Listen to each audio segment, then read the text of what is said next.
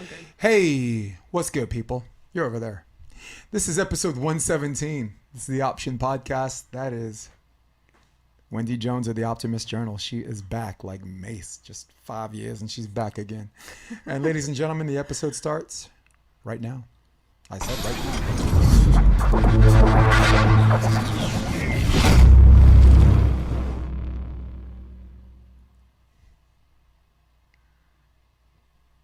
Hey, what's up, people? I got to give the people what they want.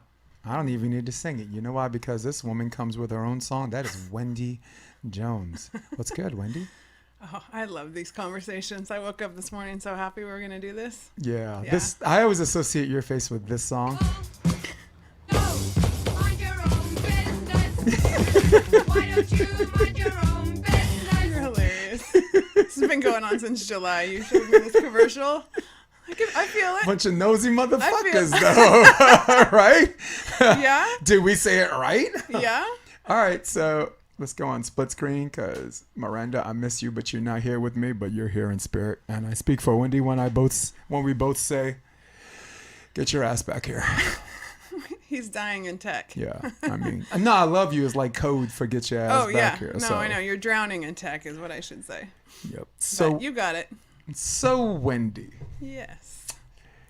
see any good comedy specials lately?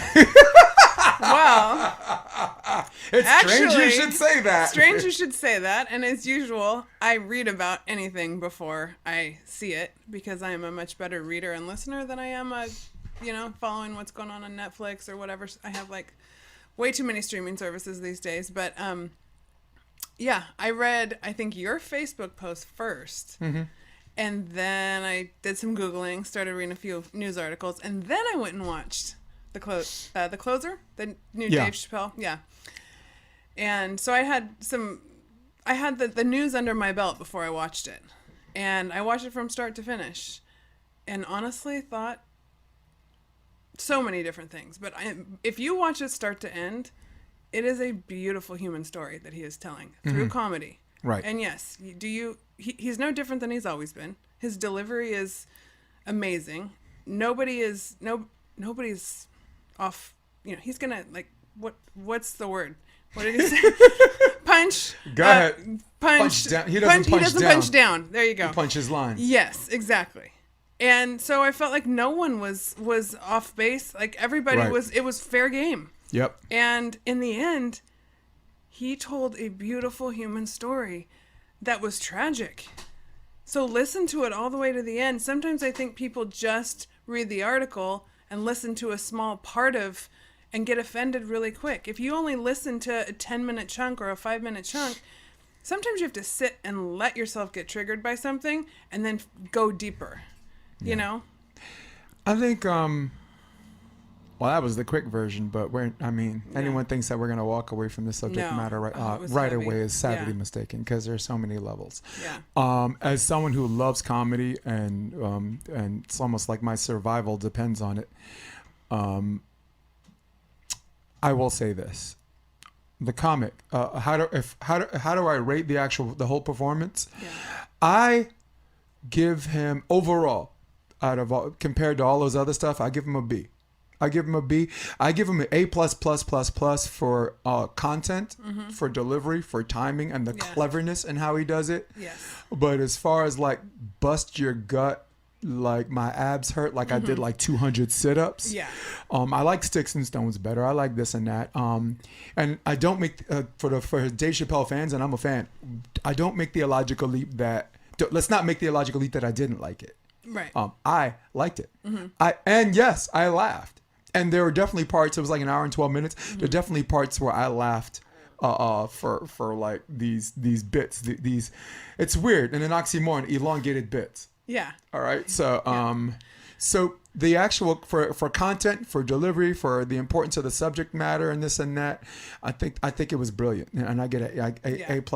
But as far as like comedy, like motherfucker make me laugh, I give him a B. Okay, I hear you. By his standards, there were some things that were important, and there's some things that weren't even funny. You know, and at the end, Right. his friend talking about his friend, killing herself. Everybody's like, oh, wait, it's like there's this whole second thing is like Dave gonna say I'm fucking with you, or is he gonna say, or is like, no, this is serious business. Yeah. Like the story he told at the end. Oh, who that's what wasn't I mean. sad for that woman? It was incredibly sad, and it takes a genius, comic genius, to be able to deliver that story in a place where he's also delivering humor. But I thought he did it in such a seamless way that it was not offensive, because in the end he brought that woman into his tribe. That's what he said at the end. He said, you guys thought this was, I was picking on someone in your tribe. You were wrong. She didn't belong to your tribe. She belonged to mine. Yeah. So for anyone saying that he doesn't understand the existence, I mean, he drew so many parallels throughout that, and he was taking on some big cultural issues and trying to disarm with humor, which is what he does, and that's what good comics do. And I do think there are some comedy shows you can go down to Comedy and Magic Club and just laugh, and they're not that the subject matter is not going to be so heavy and serious. But he is dissecting some serious issues in society these days with humor and with integrity, if you ask me. Well, yeah, I promise everyone I'm going to let you finish your thoughts. No, let's go for it. Okay. Yeah. Dude, she was on episode 100, okay? And she's nice enough to come back like once every 20 episodes. And I was going to wait till 120, but I can't resist. Everybody loves and wants them some Wendy. So now that I talked about the first part, let's talk about the other. Was it offensive? If we're just talking about the elephant in the room, we're talking about the transgender community, and we're talking about the gay community. Yeah, it's offensive. Fuck yeah, it's offensive. It's comedy. Comedy is offensive. Right.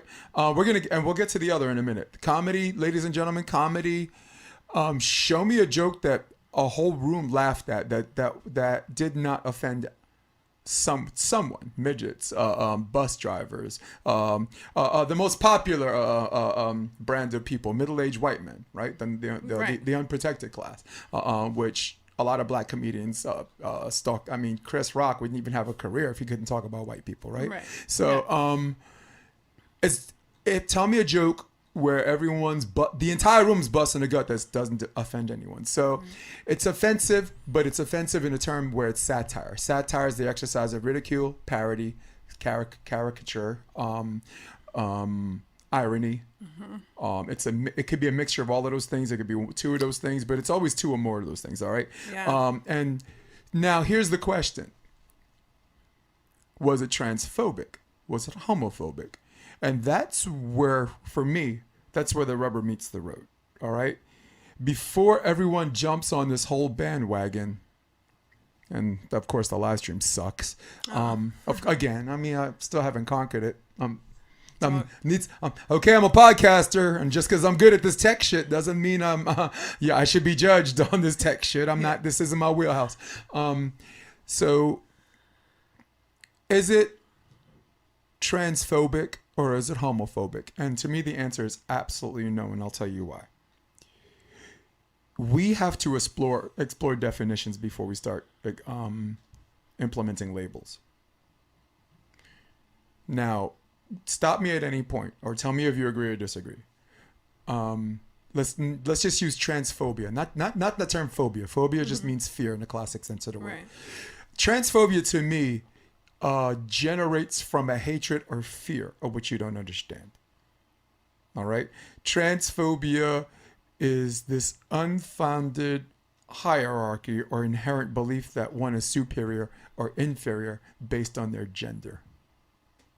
You know, male, female, trans male, trans female, or for the transgender community, if you just want to be called male and female, that operation's complete. You know what I'm saying? You're my homie. And or my honey, or you know, you my motherfucker. Cool. Whatever you want to be called, I'm gonna call you that, because that's how much love and caring I have for my friends. Right. I mean, if someone's really not my friend, I mean, I'm not gonna be impolite, but I mean, I'm not out there trying to battle for people I don't know. For an individual person, unless they're Yeah. my friend. Yeah. For a movement, I might. But for an individual I never met, that could be that. Look, just because someone's transgendered doesn't mean they're like a nice person. They're Right. Transgender people are assholes too. Okay, gay people are assholes too. So, and that's the point he was trying to get across. And whatever. Yeah, So, yeah. finishing with my definition, or just many levels of definitions, and Mm-hmm. I'll even go to the flimsiest of definitions. Transphobia, fear, loathing, and hatred for what you may or may not understand. Mm-hmm.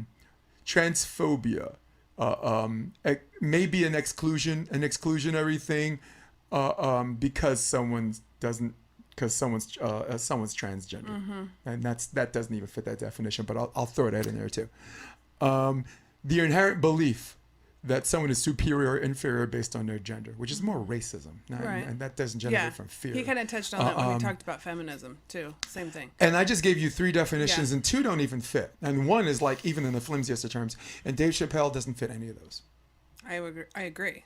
He doesn't fit any of those. Well, and he also strikes me as someone who knows himself very well. Mm-hmm. I'm sorry, to get up on a stage and do what he does, you have a ton of confidence. You Yeah. have a ton of confidence in your ability to deliver what your purpose is, right? I think that the less we know about ourselves, the more offended we're going to be by what's going on out in the world. The more we need reassurance from other people that what we're doing is okay. And I'm not saying that people shouldn't organize and have groups, because people like to feel their community. But the more comfortable you are with yourself, I don't care if you're gay, trans, black, white, Christian, Jewish, whatever, the more comfortable you are with yourself and what you're doing in the world, the more groups you're actually going to be able to fit into and feel like a part of the community. If you're going to if people are going to keep putting themselves in, this is my tribe and I am defined by this one thing about me, it's really, you're cutting yourself off from knowing everything about you. Wendy, and the whole tribe thing is the other thing we wanted to get Yeah. to. Look, the reason why this even happens, it happens for 1 or 2 reasons, and the second reason we'll explore later. The first reason is, and I don't like to say this about my fellow man, they're going at something alone is really hard to do. It is. All right, going at something, and I speak for both of us in our professions, Yeah. outside of what we're talking about. We can testify Yeah. to how hard it is to go alone. It is easier to be part of a group. And Bertolt Brecht said that no one person can implement change. One person can inspire change. Sure. Right. But Yeah. but real change only happens collectively. Right. Correct. Absolutely. Like the whole voting rights movement. Like black people are not doing that without white people. Yeah. All right. It has to be done together. Yes. Black people inspired it or instigated it. I don't know if that's the right word, but collectively we changed it. So. But here's where collectivism or tribalism takes a black eye. If doing it for its own sake and being part of a group, at some point you're going to have your own opinion and you have a decision to make. Yeah. You can go out and you can say, hey, I'm still part. I still want to be part of this gang, Yeah. but I disagree on this. Or you can just shut up, or rewire your brain where this is okay and that's okay and this is okay and that's okay. And this is the problem I have with tribalism. There are 2 very, very important things about the Chapelle thing we're talking about. I'm doing everything's in 2 today. One, if you did a survey on the number of people who actually watched the special, honestly, some of them are gonna lie. I saw the special because because they know what comes next. They know what line comes next if they have to admit. Yes. So they gotta lie. Right. Yeah, I saw the special. Okay. Yeah, I'm like, how'd you like that bit about homelessness? That was okay. And okay, I just made that up. That was 2 shows ago. So that's one important thing. And the second thing is there are people that just his sense of humor rubs them the wrong way. Absolutely. And I will be honest with you. I mean, you sit and talk with me, Jay. I don't talk like Dave Chapelle. It doesn't go on in my house. Like, I'm not going to go home and go, hey, kids, watch. Like, some of the words that come out of his mouth, the N-word, for example, like, when I sit down to watch that, it takes, like, the first 10, 15 minutes, I'm like, oh. To recalibrate. Okay. All right. Keep listening, because I know there's a deeper message there. This guy isn't going to be who he is and be out there. And yeah, you can make commentary on what's on TV today. And, you know, we've got all kinds of shows that never would have aired 20, 30 years ago, whatever. But he's a genius. Like, he is a genius at what he's doing. But that doesn't mean in the beginning of that I wasn't sitting there as the type of person that I've been wired to be thus far in my life going, dang, that makes me uncomfortable. Yeah. But what I've learned to ask in that moment is, why does it make me uncomfortable? Yep. And then I keep listening. And by the end, and that's the thing I want to know, is all the people, like, who is watching that start to finish? Because I bet you that number that you were asking, people were not watching it start to finish. It's smaller than I think, and I already think it's small. And at the end of it, I had chills. The story, the inspiration he put out through that comedy was inspiring on a human level. Yeah. Not on your group or my group or how are we divided. But I thought what he did, he was trying to show people how to unite. Yeah. Like, I got the absolute opposite out of, if I had just stuck to the papers. I'd been like, oh, there's some controversy out there again over some comedy show. Mm-hmm. Well, this also comes in phases too, because with tribalism, people don't believe in tribalism as far as having many tribes are concerned. They shape it where they bring it down to a false dichotomy. Yeah. They narrow the argument to two choices: you're with me or you're against me. Yep. You're with Dave Chapelle or you're not with Dave Chapelle. You're Team Chapelle or you're not. And there's so many levels to that. And that's the other thing I wanted to talk about. There's a level of people. There's a group of transgender people that are like, this is offensive and it's hurtful and this and that. There's also a group of people who never liked him in the first place. They don't like his humor. They don't like this, and it kills them that everyone around them finds him funny. Like, in a room of 10 people, why am I the only person in this room that doesn't find him funny? So that kind of person is going to spend some time examining his worst moments. Maybe his past, maybe something that happened yesterday, maybe there's something that happened in the last special, maybe there's something that happened 10 years ago, and use that as a straw person argument to say this is your boy. This is the guy you cheer. Take a look at your boy now. What do you think now? Because to those people, it's gone beyond their sentiment for him. It's about winning. Yeah. Because now they don't want to feel like they're alone, and they feel like you're alone, and you feel like you're trapped. You feel like you're losing. So it's becoming about winning an argument. So you watch. Eventually, he's already gone too far. Eventually, and I'm sad to say they're gonna get him. They're gonna get him, and when they get him, the king of comedy, say goodbye. Say goodbye to comedy, because that's what's frightening right he now. is between him and Joe Rogan and some of these people who people have come after, because they've come after politicians. They come after this person. They came after Kevin Hart. Yeah, remember the Oscars? Yes. The Oscars. Well, we heard you made gay jokes 11 years ago, and he's like, yeah, I made gay jokes 11 years ago, and I apologize for that.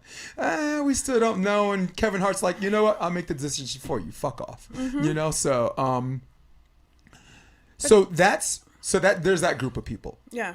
Not because they're jealous because he has money and they don't. That's not even, there are people out there, but that's not the group I'm talking about. I'm talking about a people who never liked him from the beginning and have great resentment that they're victim to a bandwagon fallacy. Like, the guy's popular, so he's and that offends them. They think we collectively are in a bandwagon fallacy, that just because a premise is popular or just because he's funny and he's popular and he's right. And they might have an argument, but because it's become about winning and losing, there's no conversation to be had there. Which leads me to our last point. This man, I just saw last night on YouTube, Instagram. He got invited in the audience and basically said that, and he's pick a place, pick a time. You know, he said it in satire. Like, he says, I got some stipulations. First, his first stipulation is you had to watch the special. If you didn't watch it, I don't want to talk to you. Yeah. Because he said you cannot have a conversation about this without my voice. Yeah. You can't talk. I forgot what he said. He phrased it so eloquently. He says you can't have me as a subject matter and not have me in the conversation. Seems fair to me. But that's how he knew it works both ways. I can't talk about transgender people and not have a conversation with them. It was a 5-minute YouTube video. Okay. And he opened He opened the door. Come see me. Pick the time, place, or whatever. We know they're not going to do it. Yeah. We know they're not going to do it. There's a small group of people who are truly hurt by him or whatever.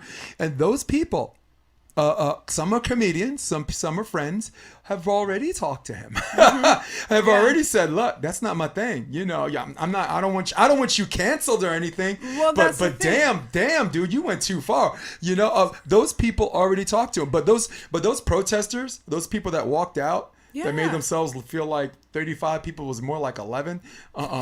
In fact, There's 9,400 people that work in Netflix, by the way. in fact, Bill Maher said there were so few people.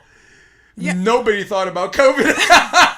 There was like, that's a social distance protest. That's hilarious. And again, I don't mean to make the numbers represent someone's voice is small, but out of those people that walked out, and I'm being pig-headed, jumping to conclusions a little bit, but the thing me and Chapelle, where we can relate, is I will say things that you're thinking in the back of your head that you won't say out loud. Yeah. All right.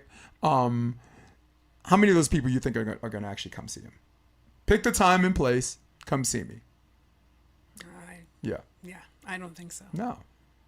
Because we've reached a point in America where it's really just about being against something. There's not a desire to have a dialogue.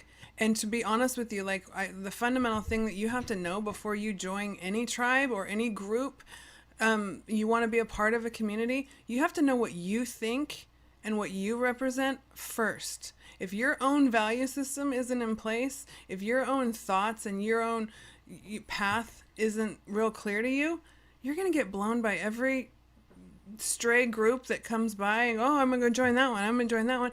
And you're never going to feel that sense of community. Agreed. So, you know, I do think there's just a lot of people out there right now that, you know, you want to hide behind a group, but then when you're called out to say what you actually really think, it can be a really scary thing. And people don't want to do it.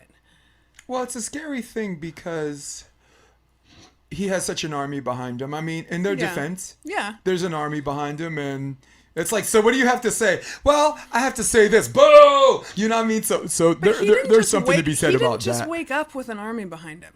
Okay? There's an army behind him for a reason. He didn't just like get off the couch and decide to go make a special that the whole country's going to talk about. They say He's been doing this for a while. Like, Yeah. I'm tired of, and I think that's a little bit of the social media culture. People think, oh, well, these guys just show up and say whatever they want. Well, that's not how he got there. That's not him. Yeah. No, So that's not him. Actually, I got a little clip, and I don't know, I get flagged for this, so what? What all this nonsense is about. In summer 2020, when the whole world shut down, I was outside doing shows. My neighbor had a cornfield, and he let me throw shows there, and people came from all over the country. Some people came from around the world. All right. See those shows. Let's see. The best See if I can comedians. fix that. I want to get to Death skip a part. came out about the closer. They began disinviting me from these film festivals. And now, he's talking about getting disinvited by give you film an festivals. audience, but you will not summon me. I am There it not is. bending to anybody's demands.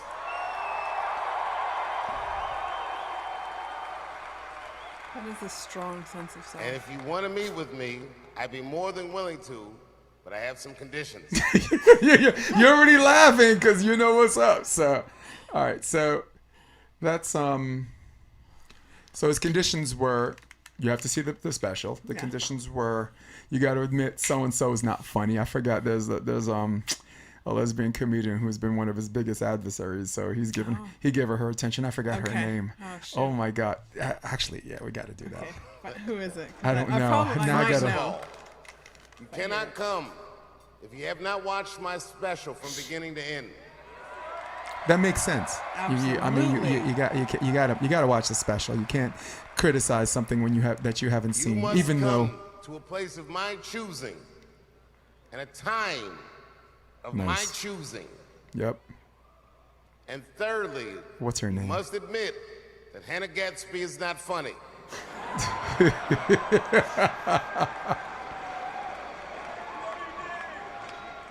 That's hilarious. Now we got to look up Hannah Gatsby. Yeah, I was gonna say I haven't heard her. Well, Hannah so- Gatsby's been one of his biggest,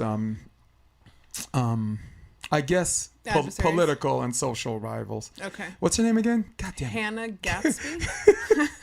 I can't you know what I should have put up? I should have put up Conor McGregor looking back saying, who the fuck is that guy? Conor McGregor was one of my favorite There it is. mixed, Second one down. one of my Okay, favorite guys I third. love to hate. Yeah. Conor McGregor. He's like, who on this panel? They had like a panel of fighters. So who in this panel is going to fight me? Who wants to fight me? And one guy's back there. I'll do it. He said, I'll just knock people down. I knock people fucking dead. And he's like, he goes, who the fuck is that guy in the entire room? All right, she's an Australian comedian, writer, and actress. She rose to prominence in her native Australia after winning the national final in the Rowdy Comedy Competition for New Comedians in 2016. So, got a little thing All on right. her. I mean, across the board, I give comedian. This is not an easy job. No, I mean, I give them all credit, especially in this day and age. but you Like also, you're gonna piss somebody off. but you also have to see what works and what doesn't. You know, I've yeah, had a you- stand-up comedian on the What? Show, Well- Billy Pashida.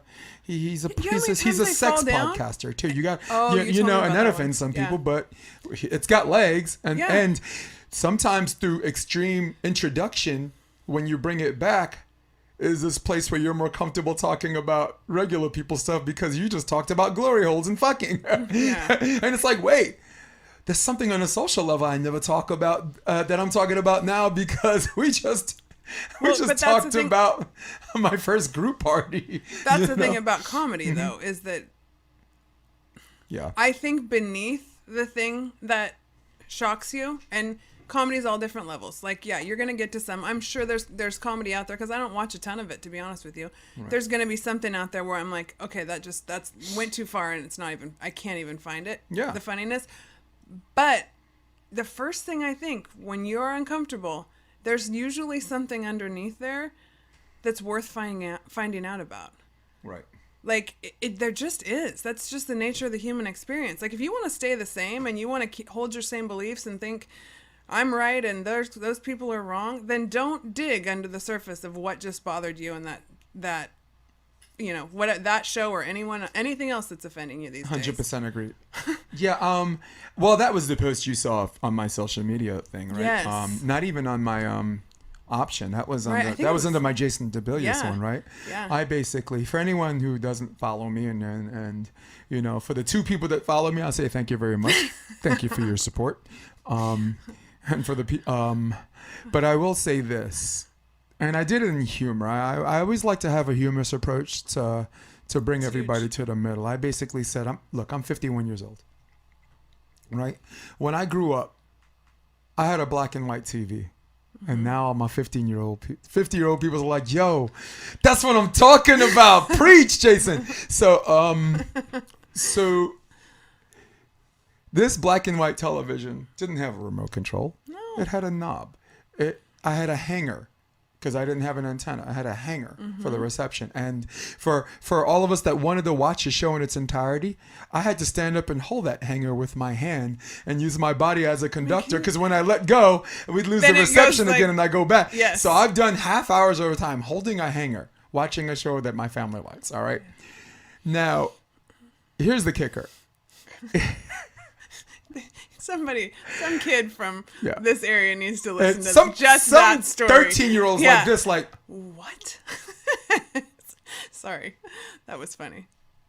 yeah. So, if we saw something we didn't like, all right, and you only had channel 2, 4, 5, 7, that's 4 channels, 9, 11, 13, that's 7. Okay. And then you had 41 and 47, Yeah. 2 Spanish channels.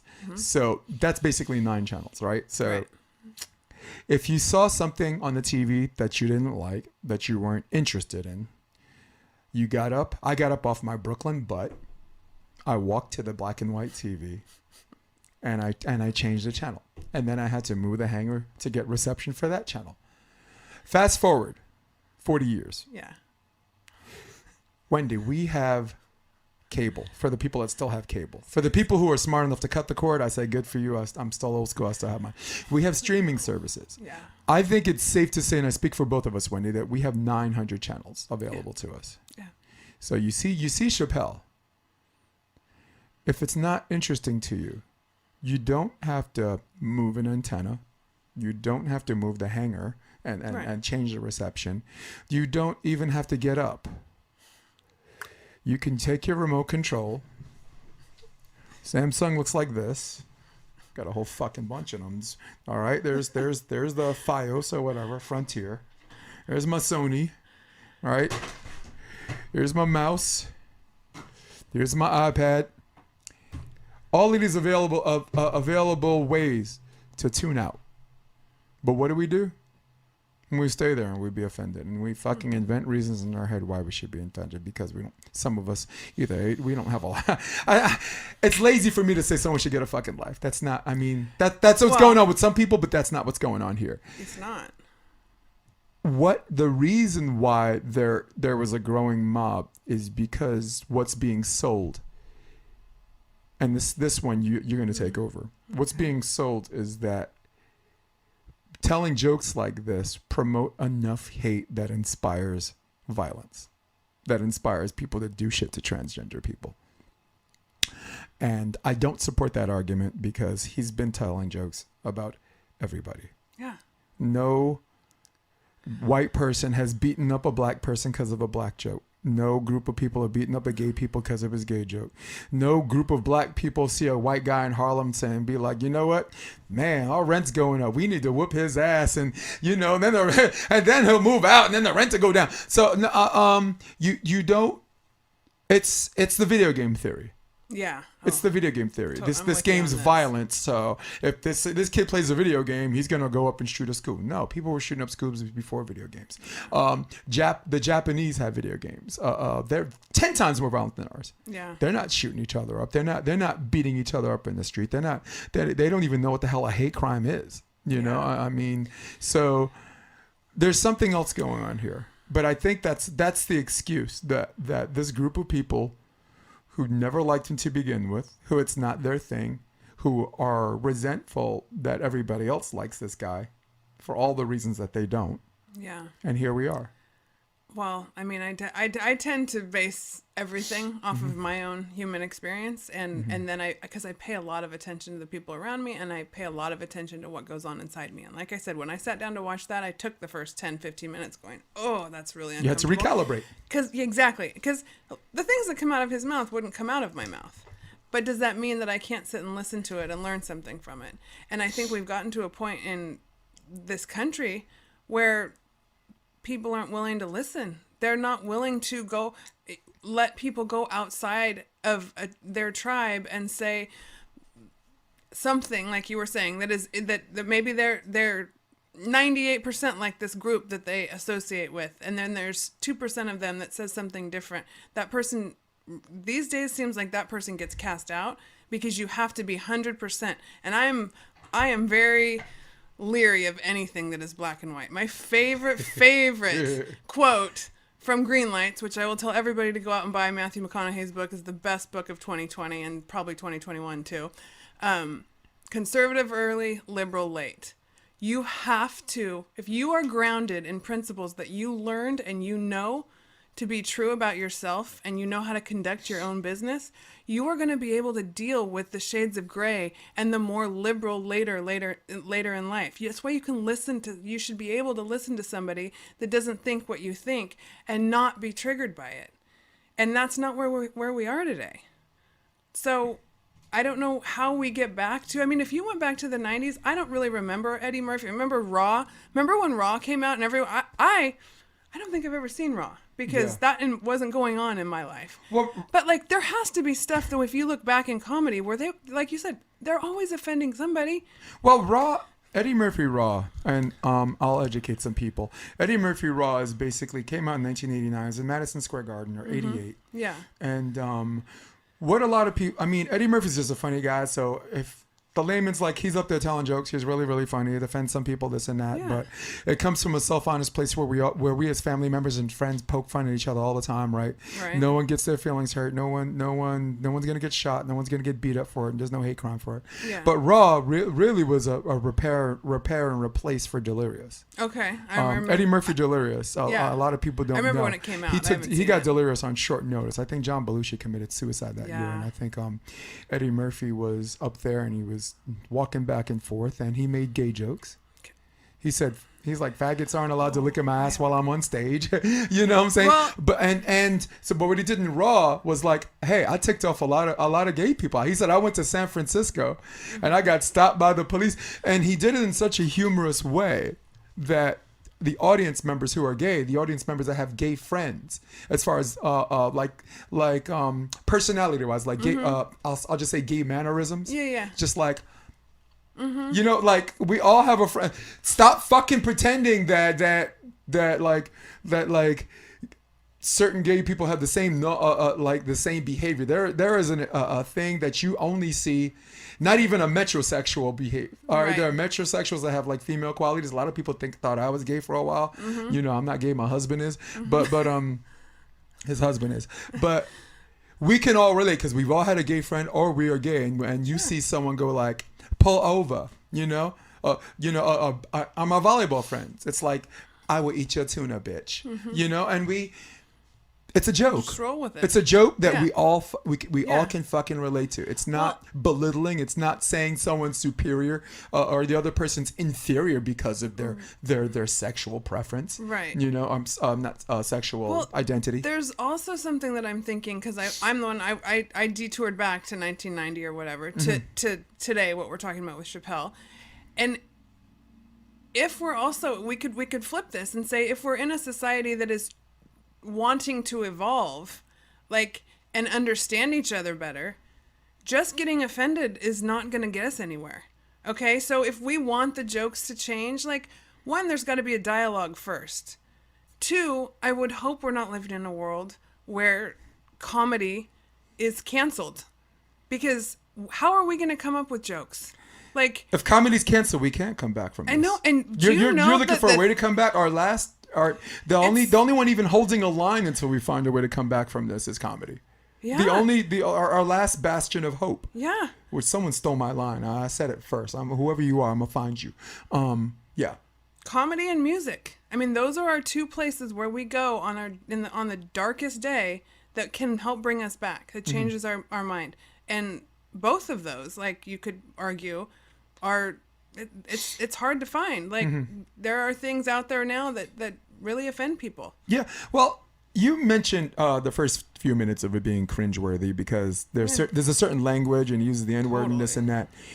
But you go in knowing that before Dave Chapelle was liked by white people and Asian people and gay and straight people, he brings a genre we call black comedy.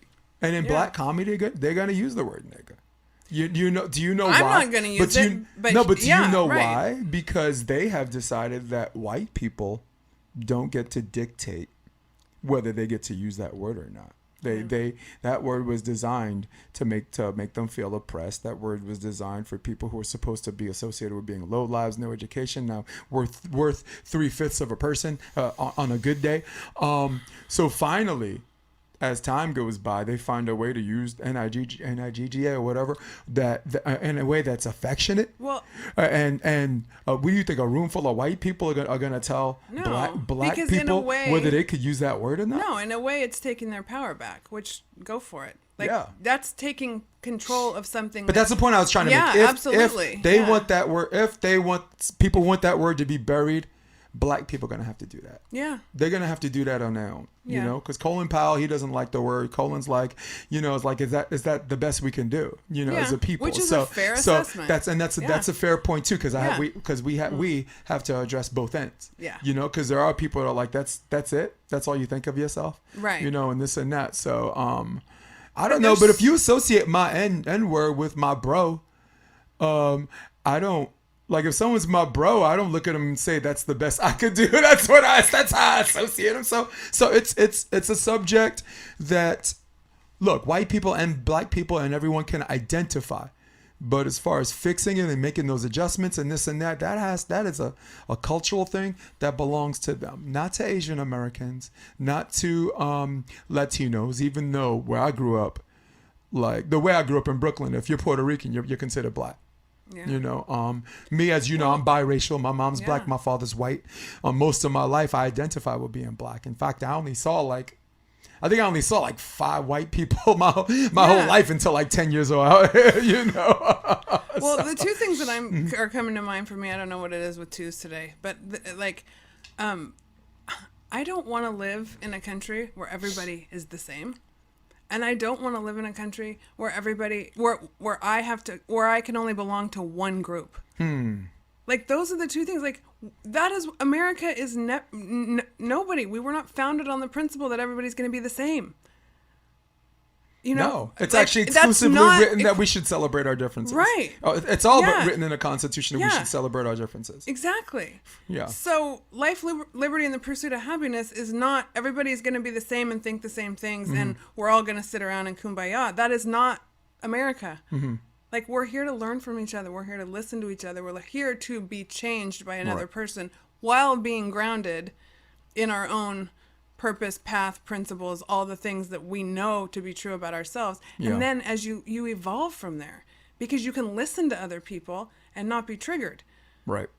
Well, I put Chapelle, Joe Rogan, who's, there are levels of comedy. Chappelle's a much better comedian. Joe, for some reason, his voice and influence is bigger than Chappelle, only because he tells the truth. He doesn't have. It's weird because people say when you tell the truth and when you're saying something, you have an agenda. And I guess Joe has an. It's weird saying someone doesn't have an agenda. Joe has an agenda. It just comes from. When you hear the word agenda, you think it represents a group of people. But Joe has a solo agenda.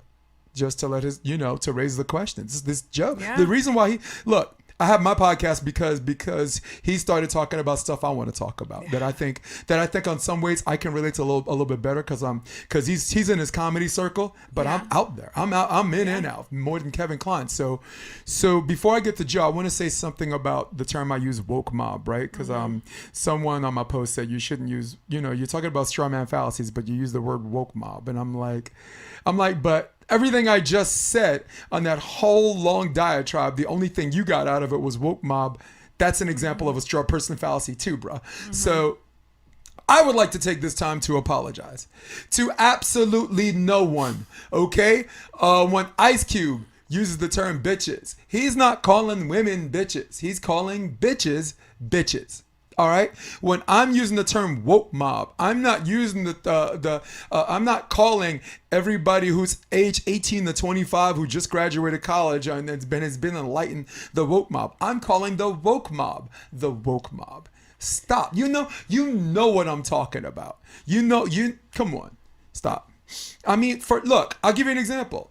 I had someone, and I don't want to mention her name, that said she doesn't like Rogan because he had the Grand Wizard from the KKK on his podcast. So when she said that, she caught me by surprise because I thought I knew everything. And I knew there was someone with that name. And I said, look, Joe is not the type of person that just to have people on the show that he agrees with. And she's like, yeah, but that's not the kind of person I would on a platform. And I'm like, and I say, for you, that's cool. And for me, I think that would generate views. Someone who's not a racist, having the Grand Wizard from the KKK on his podcast. So there are certain people like but listen. Yeah. Before we get to that, because there's a whole different subject matter. Yeah. After doing my own research, because I never even heard of him remotely having someone on that. Turns out the guy he had on the podcast was called the Grand Wizard. All right, the Grand Wizard is a rapper. He's a hip hop artist and an artist, and he's African American. And they were talking about the KKK. So she already came into this discussion with a predetermined thought pattern in her head of why she doesn't like someone based on information that doesn't exist. Yeah. That doesn't exist. But you got to take time to do research. And if you're biased, you don't want to read certain things. You don't want to even open your eyes to certain realities. And that's how you get down that But that's road. how woke mobs are created. Yeah. This is the whole reason why the it seems like I'm word- spinning off on all these stories or whatever, bringing it back. That person is that's how wars are started. I don't know where the word woke, like, It's a social false flag operation. Exactly. I don't understand it. To me, it is the opposite. Having your mind made up and there being one way, that is not woke. No. Being able to listen to opposing points of view and come up with your own, that to me, that's how you get to enlightenment. Yep. It's not deciding I'm digging my heels in here and I'm going to think this and I'm taking this agenda to the world and I'm not listening to anybody else except for the people who agree with me. Yeah. Now, when I say woke, I don't mean millennial. Okay, Yeah. let's not get it twisted. Yeah. A lot of people are like, oh, millennials, oh, you're soft as cotton. Let me tell you something. I love millennials. Without millennials, there wouldn't have been an information age. Without millennials, I'd be standing on line at Starbucks instead of mobile ordering and skipping the line like I'm a fucking G. Okay. Without millennials, we wouldn't know about people being bullied and how certain people, you know, the way I grew up, if you got bullied, you had to man up. But some people, they just might kill themselves. Without millennials, that awareness, that That's mindful evolution, awareness. And yeah. the person I'm talking about, I don't even think is woke mob that I just told you about. Yeah. She is a classic millennial, but is quick to defend the woke mob because maybe she associates the two of those together. Yeah. And if she's listening to this and she knows who she is and she has a problem, come on the podcast, call me out. I'll fucking apologize. Yeah.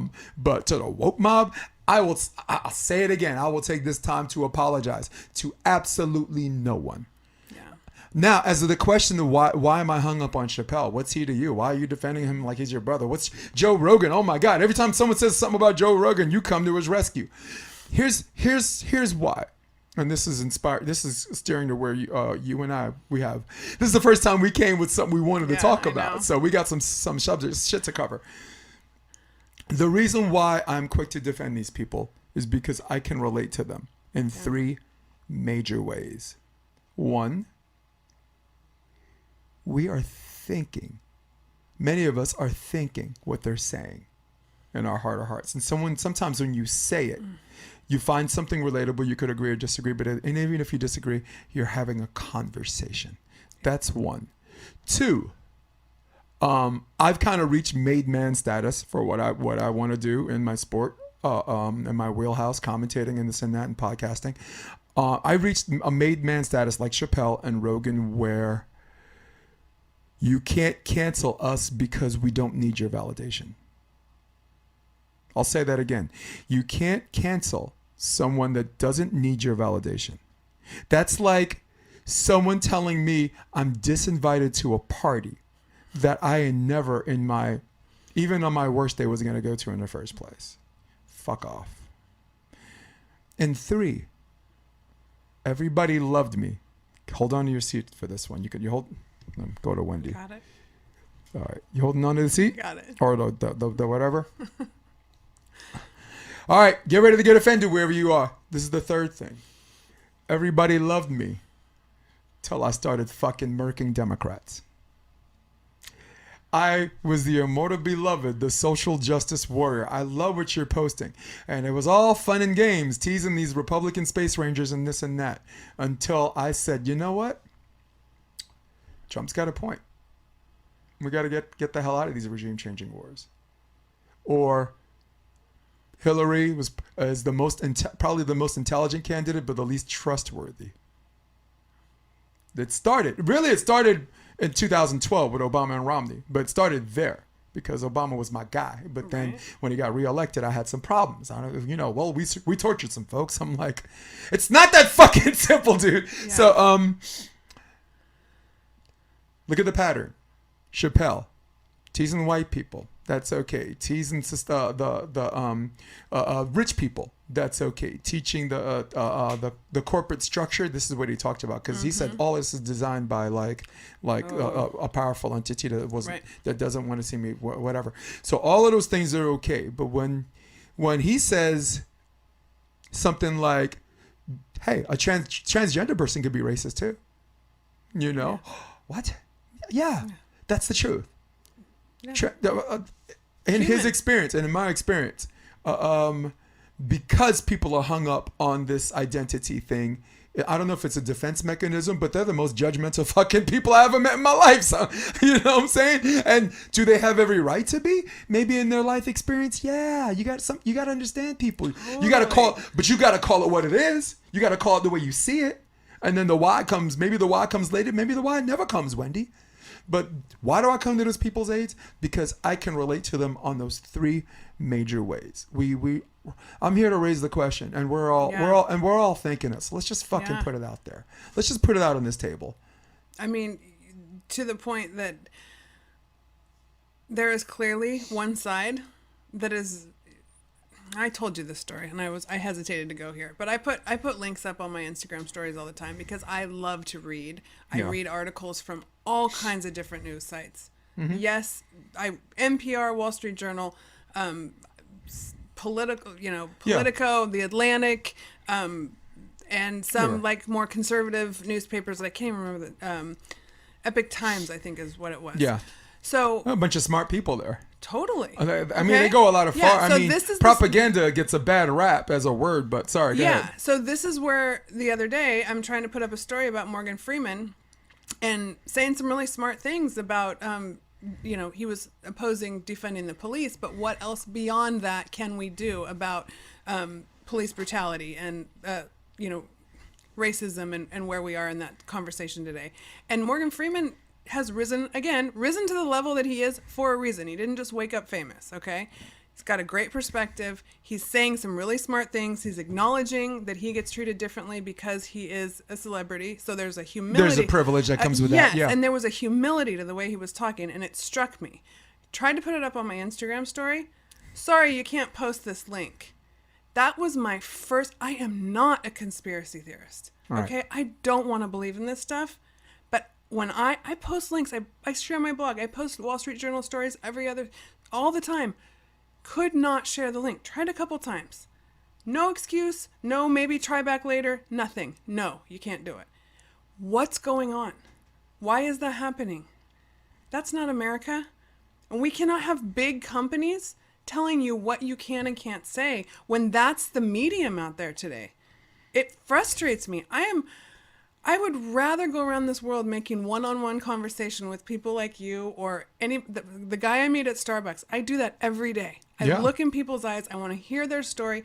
If nobody else, that's what makes my day. Dude, yeah. Shoot. Stuff, Starbucks is my guest list, right? That's where you that's what's still going on in America. Yeah. I have to believe it. I have to believe there's a parallel universe that is happening. But it's people like that that make you believe it. Yes, it happens to me all the time. Mm-hmm. But that was my first time that I'm like, it's really happening.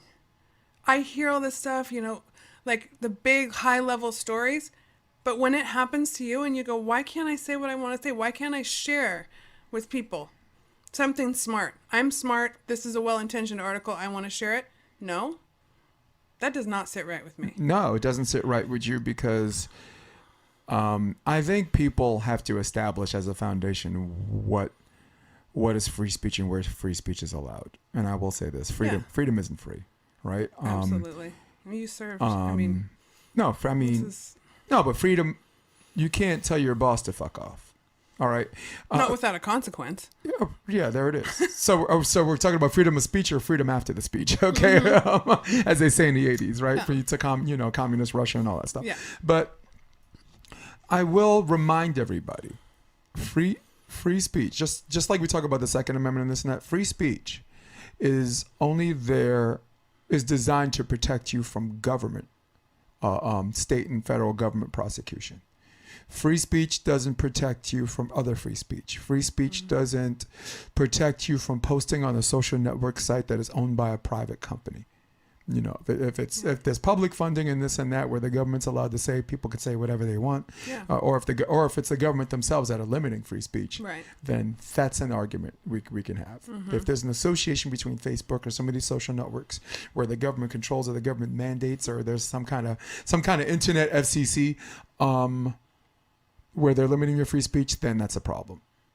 That's a huge problem. That's the only way.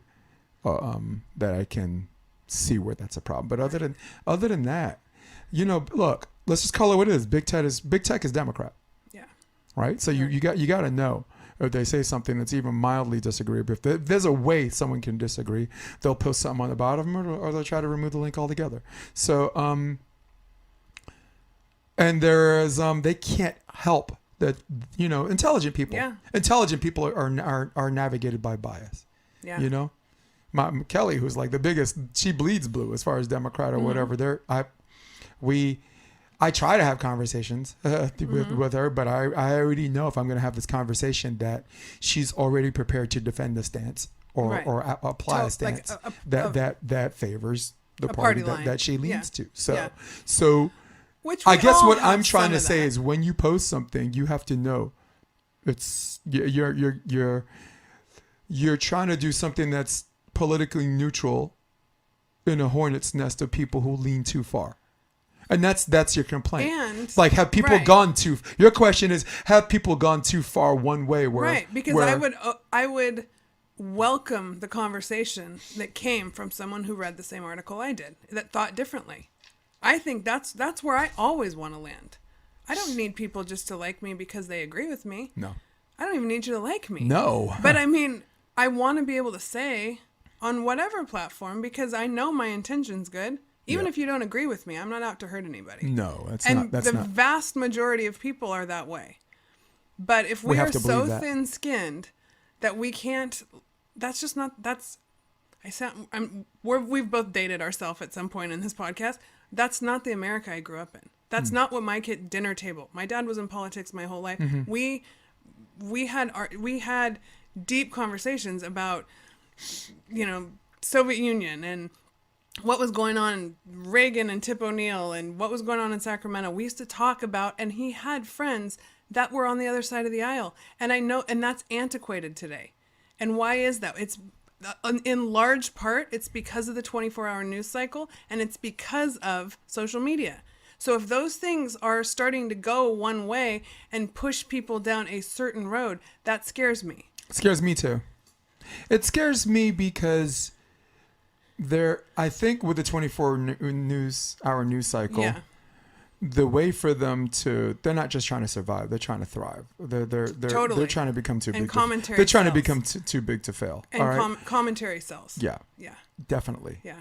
Wow. Good. But I think either there was a fake it till we make it thing. They had a small collective of voices that made it look bigger than it really is. True. And this is my theory. Yeah. This is where I think my head goes down a rabbit hole. I think it's easy to do.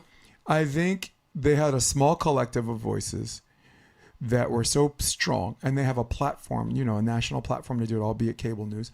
They have a strong platform to do it that it makes everyone watching think that everyone's thinking that way. Yeah. So you have like maybe 50 voices making them sound like 3 million. Yeah. And I think that there was a fake it till we make it. And now that might be already too late. There are millions of followers on CNN. There are millions of followers on Fox News. Yeah. There are still some way still followers on MSNBC. I don't even think between Fox and MSNBC, they don't even try anymore. Yeah. But there was a fake it till we make it thing, and the question is, how do you stop an army like that? Yeah. Well, you got people like you got comedians now. Yep. You got like Joe Rogan and Chapelle and Russell Brand. You have Bill Maher is on HBO, for Christ's sake. Comedians are allowed to speak real truth with less consequence because they don't lose their political office because they're not in a position of power. Yeah. The reason why CNN came after Joe Rogan is because Joe Rogan has a bigger following than they do. Mm-hmm. And for some reason, even though Joe is strongly advised against this, they're going when they want an honest take on a political or a social issue. They're not going to Don Lemon anymore. They're not going to Chris Cuomo anymore. They're not going to Tucker Carlson, or if they ever did. Tucker Carlson, actually Fox already said don't listen to that guy. Fox, that he doesn't reflect or whatever. They're basically saying don't listen. He's not one of us, but we'll take his money. That's what's going on with Tucker Carlson and who's the other guy with the God, I've stopped the watching political hair. He so comes much after of him. that. Hannity? Yes. Hannity is all about that hair, man. Hold on. I gotta put a picture up of Hannity. Dude, do you believe in Hannity hair? Hold up. We gotta do that. Come on, we gotta have a little fun here. Just kidding. There it is. You're the Optimist Journal, man. We gotta have a little bit of optimism, a little bit of fun. I just want to get a picture. Now, so look at that. That is what you call a head of hair. That is some run for office type stuff right there. That is Sean Hannity. Well, I don't hardly watch any network news. No. I mean, or not network, cable news anymore. Yeah. Or network news. Yeah. I really don't. Like, it has to be a big day with something going on where I'm going to flip that on purpose. I'm going to listen to podcasts. I'm going to have conversations. I'm going to read the paper. I'm now, speaking of communities, I'm in a community where people send me articles. What I love about that is when I look at it, I'm walking the exact road that what I'm talking about right now. People from every side are sending me articles. I read stuff from both perspectives and everywhere in between every day. But that's the secret, though. That's what's so awesome. Wendy, that's the secret. Yeah. The army, the Wendy Jones army has always been bigger. They're just gaslighting and believing that they're not as big as they think they are. Yeah. Okay. From a political perspective, Yeah. the majority of registered independents are still. Yeah. No, sorry. The registered independents are still the majority of the country. Last time I checked, it was 41%. Somebody wants to Really? self-correct me and say 39. Okay. 5, have at it. It's still Yeah. registered independent or no party preference. Yeah, some guy just told me the other Or day. not he goes, Democrat or Republican. I'm a registered independent, so I can beat up on both of them equally. I'm like, absolutely. At this day and age, it's totally. And ask him what he's won. A Chappelle fan. Yeah. Someone who Yeah. Dave Chapelle that you said in the beginning of this, and if you didn't, it wasn't anyone can get it. Anyone could get it. It was equal opportunity bashing across the board. Anybody could get it. Anybody could feel offended. And that's the America you grew Yeah. up in. And look, we grew up in two very different Americas, but Absolutely. I can speak from my America I grew up in too. I mean, that's it. That's But- always what's been beautiful about America. I'm sorry, that's where the patriot meme comes out. And that doesn't mean that I agree with everything that's ever gone on in American No. history. No. But that's what that woke mentality makes you think. Like, you can't love this country because we did X, Y, and Z. And yes, a lot of it comes down to slavery. Right. Right? I mean, you can go all the way back. I'm reading a book with my son right now, The Life of a Slave. It's a firsthand account. It gives you chills. Like, we're still immersed in learning. But learning... I made this point in my blog a couple weeks ago. I heard it on another podcast from Ryan Holiday. And he was talking about the difference between being responsible and accountable. We're responsible to know our history, but we're not accountable for it. I didn't make the decisions that George Washington and Thomas Jefferson and white men 300 years ago made. Am I responsible to know what went on as an American? Absolutely. Am I accountable for it? Can I be worlds different than them and still be a patriotic American? Absolutely. Right. Simple. But they don't let you do that anymore. That's not what that mentality is. Well, I also think it comes from, there was an age of accountability where people, if they made mistakes, they owned up, they stood tall, and they dealt with consequences. But the problem is, as far as punishment fitting the crime, and we might get into Gruden later, right? Yeah. As far as punishment fitting the crime, if it's the same punishment for every crime, no one's going to say sorry anymore. They're just, True. if you're up for a double murder, right? And they're not offering you any deal, right? If it's just murder one, you're going to go to trial. Yeah. You're going to waste the court's the taxpayers' time, the judge, because maybe you might find that one gullible juror that lets you off because the only penalty is death, and the reason why these comedians are housing these political networks is because comedians will apologize if they feel like they're wrong. Some are unapologetic and some double down because they meant what they said. But I'll give you an example. We're on Joe Rogan, and I meant to talk about this. A couple of weeks ago, or a month ago, CNN basically said because he got COVID, Joe got COVID, Right. and he was taking a drug called ivermectin, and CNN cited that ivermectin is used for horses. It's a medication they use for horses. Now their wording was very careful. They didn't say outright that Joe was taking horse pills, but if you just say ivermectin is used for horses, the public listening to you is gonna think that you're saying Right. he's taking horse pills. veterinary medicine. Yes. Yeah. And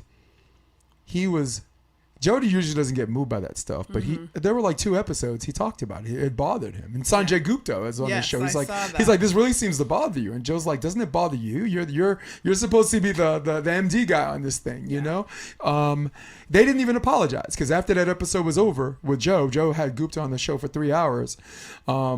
They basically had to rinse and repair for Gupta, and Gupta had to go along because that's he's getting stipends, Right. he's getting money from them. Totally. And they're like, by the way, we never said that. We just said that it's also used for horses. And I'm just like, why don't you just say I'm sorry? Right. Why don't you just say I'm sorry? It's very bullying. It is. Yeah, He got because they're for too the people big. listening, for the people who are just part of the woke mob, who just read an article and said, that this guy's against COVID, he's anti-vax and this and that. No, he got a prescription from his doctor. Ivermectin is used for human beings.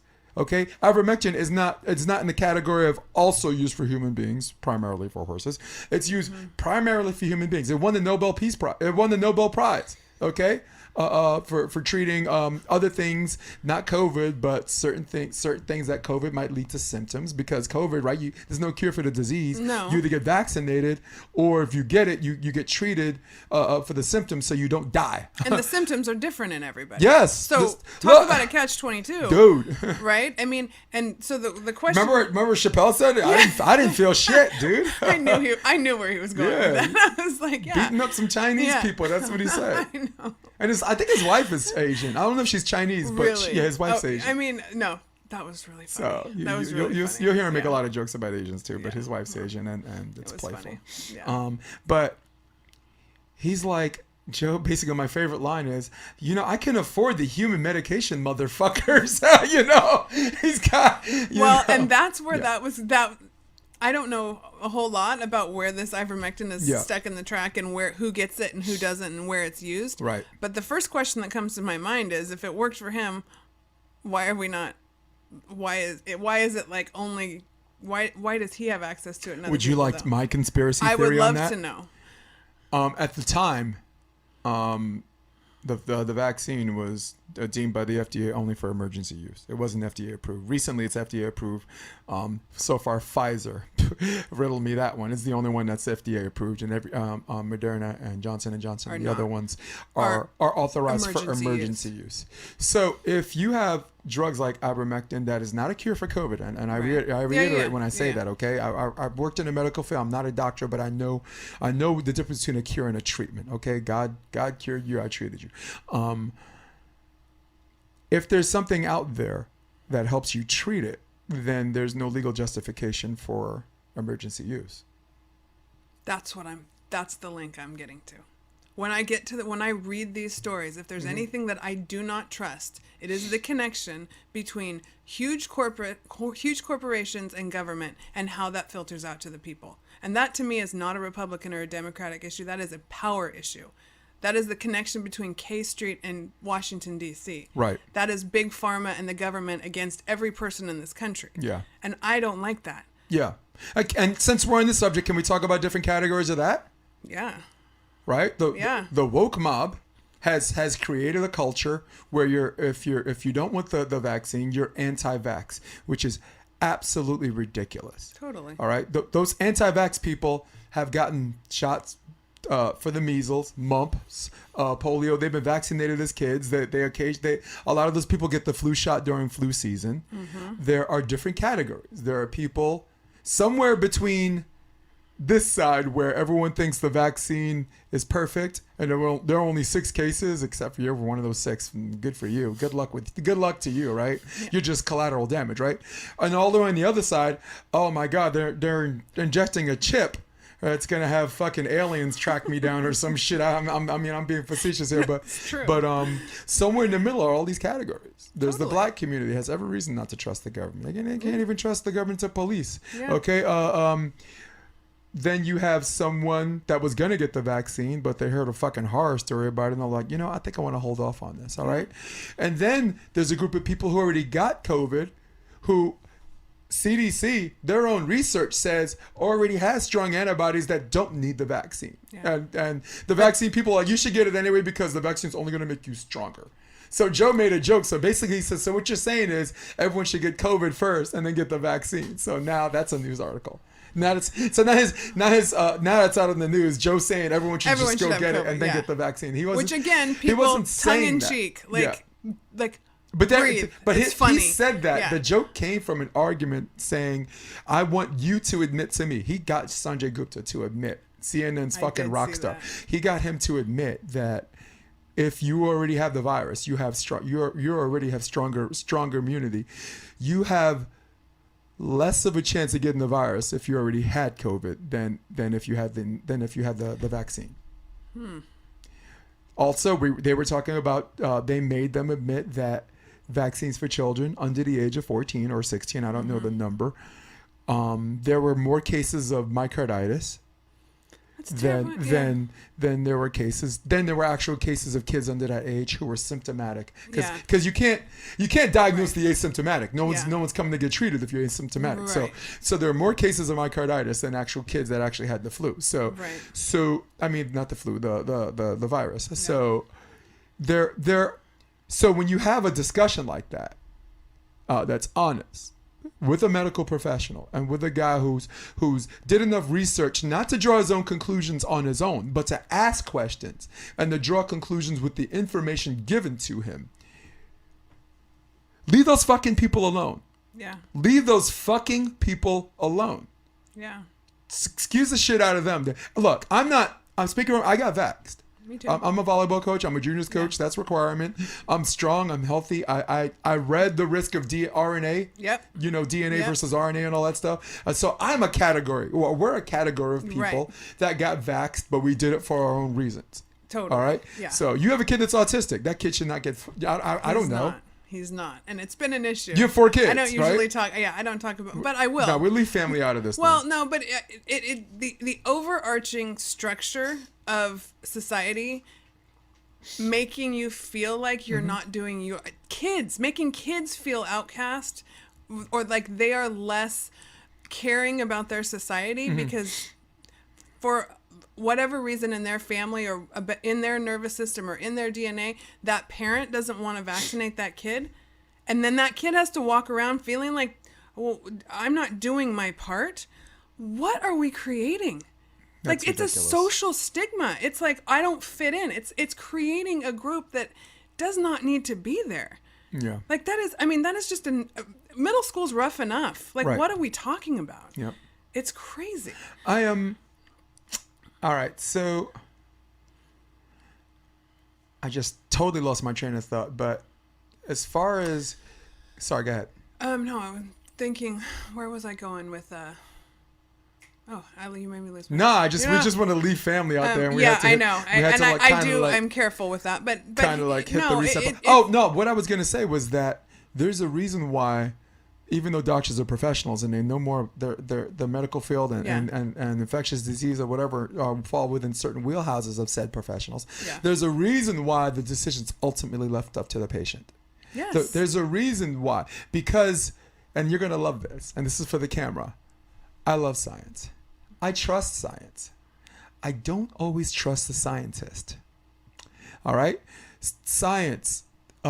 Certain things that get found out later, I refer to as science not yet understood, and then as the facts change, so do medical opinions. I don't believe in the term medical certainty. There was an episode of Frank Oz, was this lawyer. He says, I always love the term medical certainty. He says, I had a cousin. He only had 6 months to live. He said, that was 10 years ago, and he still beats me at tennis.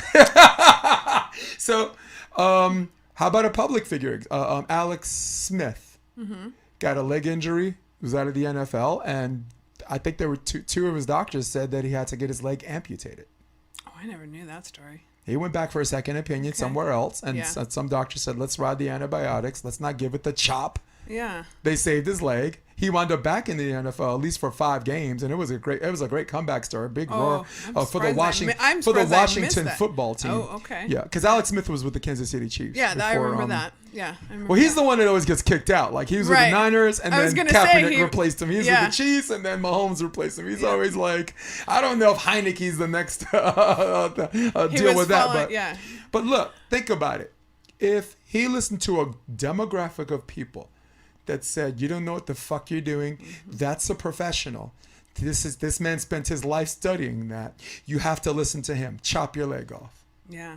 Well, and that's where I will go when you come to the argument with COVID, that people who know their own bodies well also deserve to be trusted. Okay? Now, I get the blanket, watch out for your neighbor, and I am not saying I'm against that. No. But if you notice the people in the news that are catching flack, I mean, from the NBA, there's a bunch of NBA players that don't want to get the vaccine. There's a whole bunch of news on that. Kyrie's the loudest one, but yeah. Yeah, but you're talking about people who have spent a great amount of time getting to know their bodies, taking really good care of their bodies. And you cannot say that there has been enough talk in all of this negative, heavy 1.5, 2 years we've been dealing with. Nobody's talking about getting good sleep, drinking your water, eating your vegetables, taking care of yourself. And athletes know that. Athletes know their bodies so well. And why when we've been signing HIPAA agreements for the last 20 whatever years, when we go into the doctor, is it everyone's right to walk around and judge you for whether you've been, now we're in this...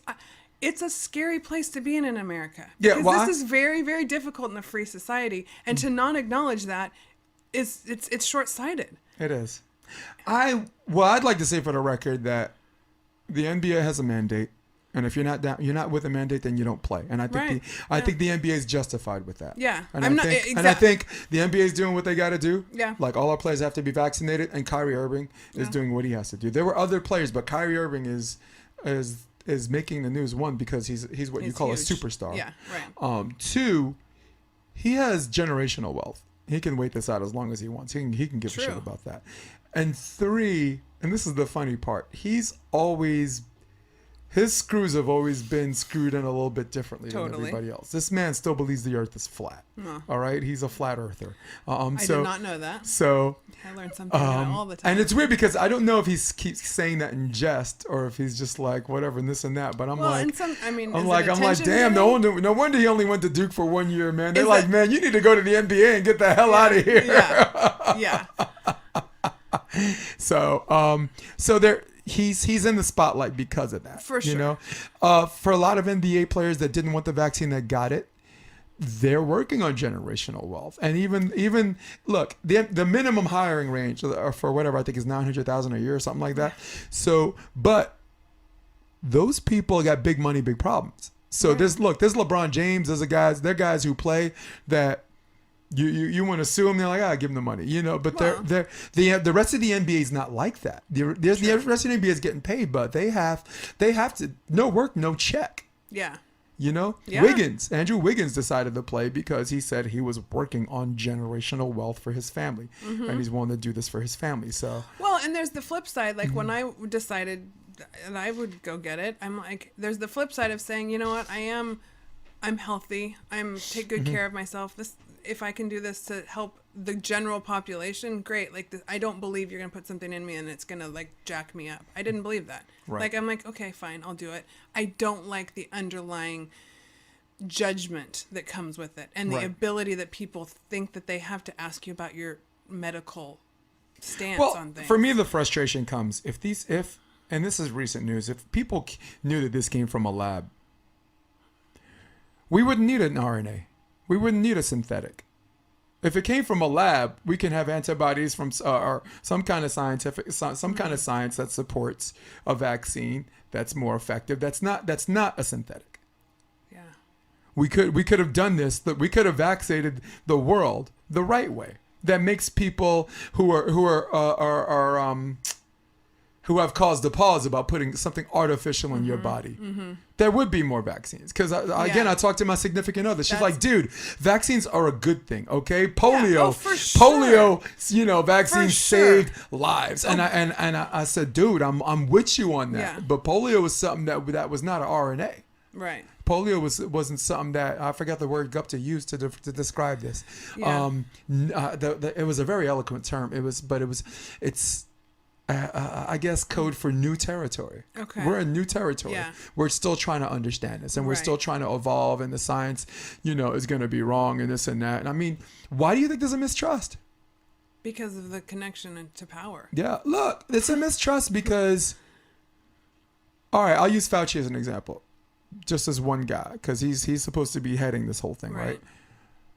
Fauci went from you don't need to wear a mask, that's ridiculous, don't worry, to you need to wear a mask, to we need to shut down, to we need to fast track a vaccine, to let's get the vaccine, and to all the way to if you get the vaccine you don't need to wear a mask, and then after you get the vaccine not only do you have to wear a mask, you should wear 2 masks, you should wear 3 masks, right? And then all the way to saying now you need a booster, and it makes you not trust if you're leadership. an alien that landed on this planet and just decided to live in New York City or LA or whatever, you will say to yourself, these people don't know what the fuck they're doing. Yeah. Who are you going to trust? That is the worst form of leadership ever. And that's the problem. When people make rules that don't make sense, no one wants to follow them. And right now, someone listening to this is calling us a couple of anti-vax people. Totally. Two people who are fully vaccinated. It's on my phone. It's on my phone too, right? Yes. So, I'm not gonna say it takes an incredible level of bravery to talk about these things, because it's not brave for me to talk about it because there's no consequence. No one's gonna. Well, no. What are they gonna do? Not like you. Call the volleyball police. Woo, woo, woo, woo! Pull over. Just like Eddie Murphy said, you have the right to remain silent. You have the right. So, do you know who I want to have in this conversation? We still have to do that podcast. Ren. Yeah. Ren! He was just watching this. Was he clicked like. I felt it. Ren was watching the live version of this. Okay, he would be amazing in this round robin. Well, first of all, I got some making up to do, because I told him I was going to have him on after the Olympics, and I didn't have him on. I didn't reach out to him. So Okay, I have to go. I got to go bow to the Queen. Okay. And say, Your Majesty, please accept my apologies. Please spare me my head. And Yep. if he spares me my head, then we'll get to the other. Okay. And that's coming on the All right. podcast. Cool. And I think if he does one of these, I think I'm all right. One of the most fun 'cause conversations I ever had. That's the honestly. Ren is. Yeah. That was an epic conversation All right. for me. So, ladies and gentlemen, I know we're off on our personal friends thing, but Ren Osborne is a guy. He's Caribbean born. He hit the high school scene by force. Penn State was looking at him at that time in 94, 95. He won Nationals of Creole, Adult Men's Open, and 95, 96, he had a kidney failure. And it cut it cut his superpowers like 60%, which is crazy because if you've ever seen him play now, even now at his age, do you see his platform? Do you see his skill set? It is like watching pure love. Watching this guy play volleyball the right way. Just, technically sound. Yeah. I invite him to my kids' practices when I was in New York, because I went from college, but done with college, high school. And he come to the practices, and I know he's going to scare the kids by the way he talks, because he sees something he doesn't like this, and he'll start getting coachy. Mm-hmm. But watching the kids watch that guy warm up. Yeah, it's pretty. It's how volleyball's supposed to be played. Yeah. It's how volleyball's supposed to be played. And then he's got a and brain. They call him the Queen for a reason, not because he's gay. Yeah. But because he's gay and he's good. Yeah. You can't be a queen and not be good. Yeah. Yep. You're called something different. I don't know. Yeah. I mean, that's up to the gay community to come up with a term like that. But because I'm surrounded by gay people, though my sister's gay, though my aunt's gay, my great aunts are transgender, so it's transsexual, which allows me to speak on some of these subject matters, to begin with. Intimate experience. So, yeah. So I'm not I'm a little bigoted, but I'm you know, it's not like I'm scared or anything or whatever, but Ren, got to get him on. Yeah. Got to get So- him on. So we were talking about racism. And you had something on your on the Optimist Journal where you're talking about Jon Gruden and the things that were going on with him. Take me back to what your original subject matter was, because it's evolved, and I know some. Yeah. There's Certain news stories, like when I get up in the morning and I'm just kind of perusing, you know, my sites or whatever, they kind of stick with me, and sports will grab me a lot. And that morning that the Gruden resigning story, when I found it stuck with me, and I was like, God, I really need I want to dig a little deeper. I want to think about this, because I was like, man, what did they find? How far back does this go? There's so many questions that were going through my head. And then when I read, you know, the big line, the thing that he said, which I'm not even going to say it because I won't say it right. But he said it about the head of the Players Union, I believe. They were in a contract. the African American guy. Yeah. I think he said his bottom looks like a Michelin tire. Okay. I texted a couple people and was like, and a couple men, and I was like, how you guys feeling about this? Most of them came back, said, yeah, I wouldn't have said that, but this world is getting pretty harsh. Yeah. Like we're starting to judge, like, in a way that you go, you know, people could go on witch hunts for any reason. We have all said and done something that we don't want anybody to know. You're gonna get drowned for Right? saying fire at a barbecue. Exactly. Yeah, go ahead. So I'm just kind of collecting those thoughts, and then I think, okay, the way that I grew up, nobody around me was talking like that. And like I said, my dad was in a position of leadership, and he would never. And he was the first person to teach me and tell me that you never say anything. Never say anything about anybody else. Focus on yourself, because the second you do, that person will be standing right behind you. Yep. And that, you know, as a kid, that was really like a fundamental thing that you learn, because that sounds scary, right? So there's a little bit of fear tactic to saying that type of thing, but it does put something in you. Like, don't say anything that you don't want anybody to hear, right? Yeah. But you got to be, you know, and so then the other things that were coming back to me from these men were, well, Wendy, you have to understand there's a culture. This is sports. There's a culture among men that has always been there. This is how guys talk. Well, Not anymore. not anymore. And how do you create a society that is evolving and forgiving? Right. Again, nothing's ever black and white. Because do you think Jon Gruden's a racist? He's been working in the NFL. No. And he left, and he chose to come back. You're He not left seeing, a pretty posh. Yeah. And you're not, when I don't know, maybe somebody else can find it, but I've been looking at articles since, and I can't find any players coming out saying, is anybody saying, like, I had this racist, like, I had this feeling that he did, like, I can't find a hard story besides these emails, which they're not okay.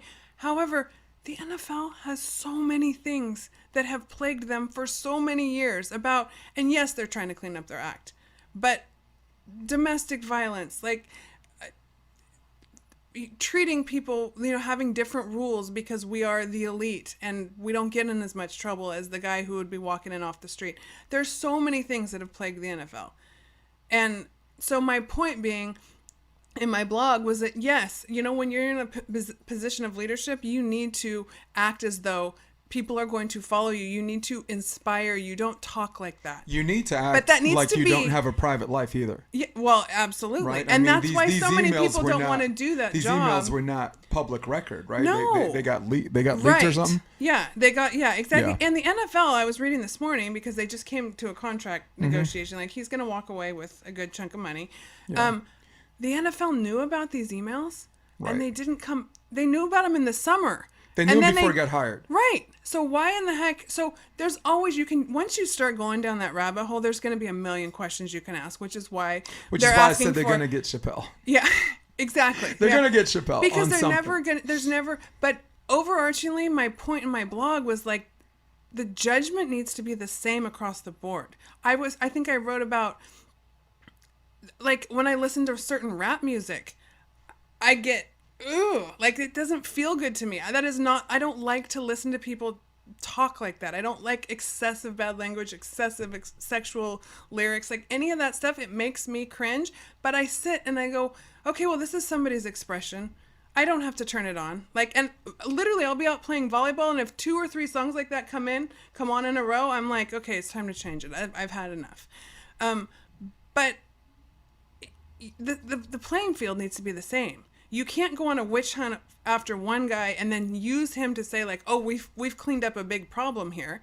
No, if there's a problem, the problem is systemic and cultural and so much more than this one guy. However, he is responsible for what he said. He's a leader, and now he's going to pay the price. I mean, it's not one or the other. It's just, I think that going on these witch hunts and how far back are we going to go? And now that the world is a giant digital record, you're always going to be able to find something about people that is less than desirable. Does that make us all bad people? Do we think in the end, what I was trying to get to, is Jon Gruden a terrible person? No, he's going to have to live with the fact that this is how his career went down. Ouch. That's a lot to unpack. It's a lot to unpack. Well, first, before we go to Gruden, I want to defend rap for a second. Rap, Yeah. the difference between rap and a lot of other songs we listened to in the 80s is that rap has chose to do it on an extreme level and in a language for a culture that identifies with that. All right? You can hear a song from the 80s, If I Strip For You, we use Strip For Me. Yeah. It's said in a nice way. Yeah. And that's played at the juniors tournaments. All right? My Angel in a Centerfold. True. Right? It's about this guy who lost his girlfriend to fucking porn and posing for nude magazines. Totally. All right, they're not saying Nicki. It wasn't a Nicki Minaj approach or a Cardi B approach, but the lasciviousness has always been there. Okay. And rap has decided to say, hey, we're gonna do it in the way we know how. In our support system. And just like I said about Chappelle, if you don't like it, don't listen to it. Totally. Enter Jon Gruden. This is where the comparison between Chappelle and Gruden stops. I always say you never judge somebody for something they did 20 years ago or 10 years ago or even 5 years ago. I only care, and I'm gonna quote this and share this with someone. I only care who you are now. I don't even, as a volleyball coach, I don't care what tournament you won. I mean that inspires a conversation, right? Alex and April, they won the gold medal or whatever, but are you good people? Or do you talk to me in the same nice way that you talk to the people who worship you? If you don't, then I'm not interested. I don't give a fuck about you. Not them. They're pretty cool. I actually had a conversation. They were nice enough to listen to some of the things I had to say about their whatever. Cool. And it was just, they just finished practice, and it was, I consolidated it to about a minute and a half, but I'm glad they took it in, and they took it in, and now I'm at peace with my gold medalist. Nice. But damn, did I go off again? Gruden, this was a pattern from 2011 all the way to 2018. Yeah. So this is a 7-year pattern that suddenly disappeared when he conveniently was hired in 2018 as a Raiders coach. So all of these emails disappeared, and like you said, I think in practice and the way he feels about Gooden and the way he feels about establishment people, you can go F yourself. Oh yeah, we can go F ourselves. We got something on you. If we want to get you, we're gonna get you. And boy, did they have the ammunition on him. Years and years of bigotry, years and years of racially insensitive things, years and years of misogynistic things to say. All of these things that they knew about Jon Gruden coming when he left the Raiders and whatever.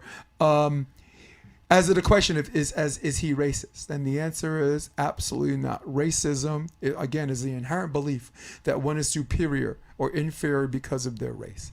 So if Jon Gruden is racist in any way, it's because he inherently believes that black people are superior. Because he's always had talked about conversations with Tim Brown and this guy, and he's like, man, that dude's fucking smarter than me. He's I'm just a fucking coach, Or he'll have a race with someone like a race that he's been training for like months, and then this dude just gets off the couch and beats him in the 40. So if there's any racism at all, it's reverse racism. He believes that black people are inherently superior.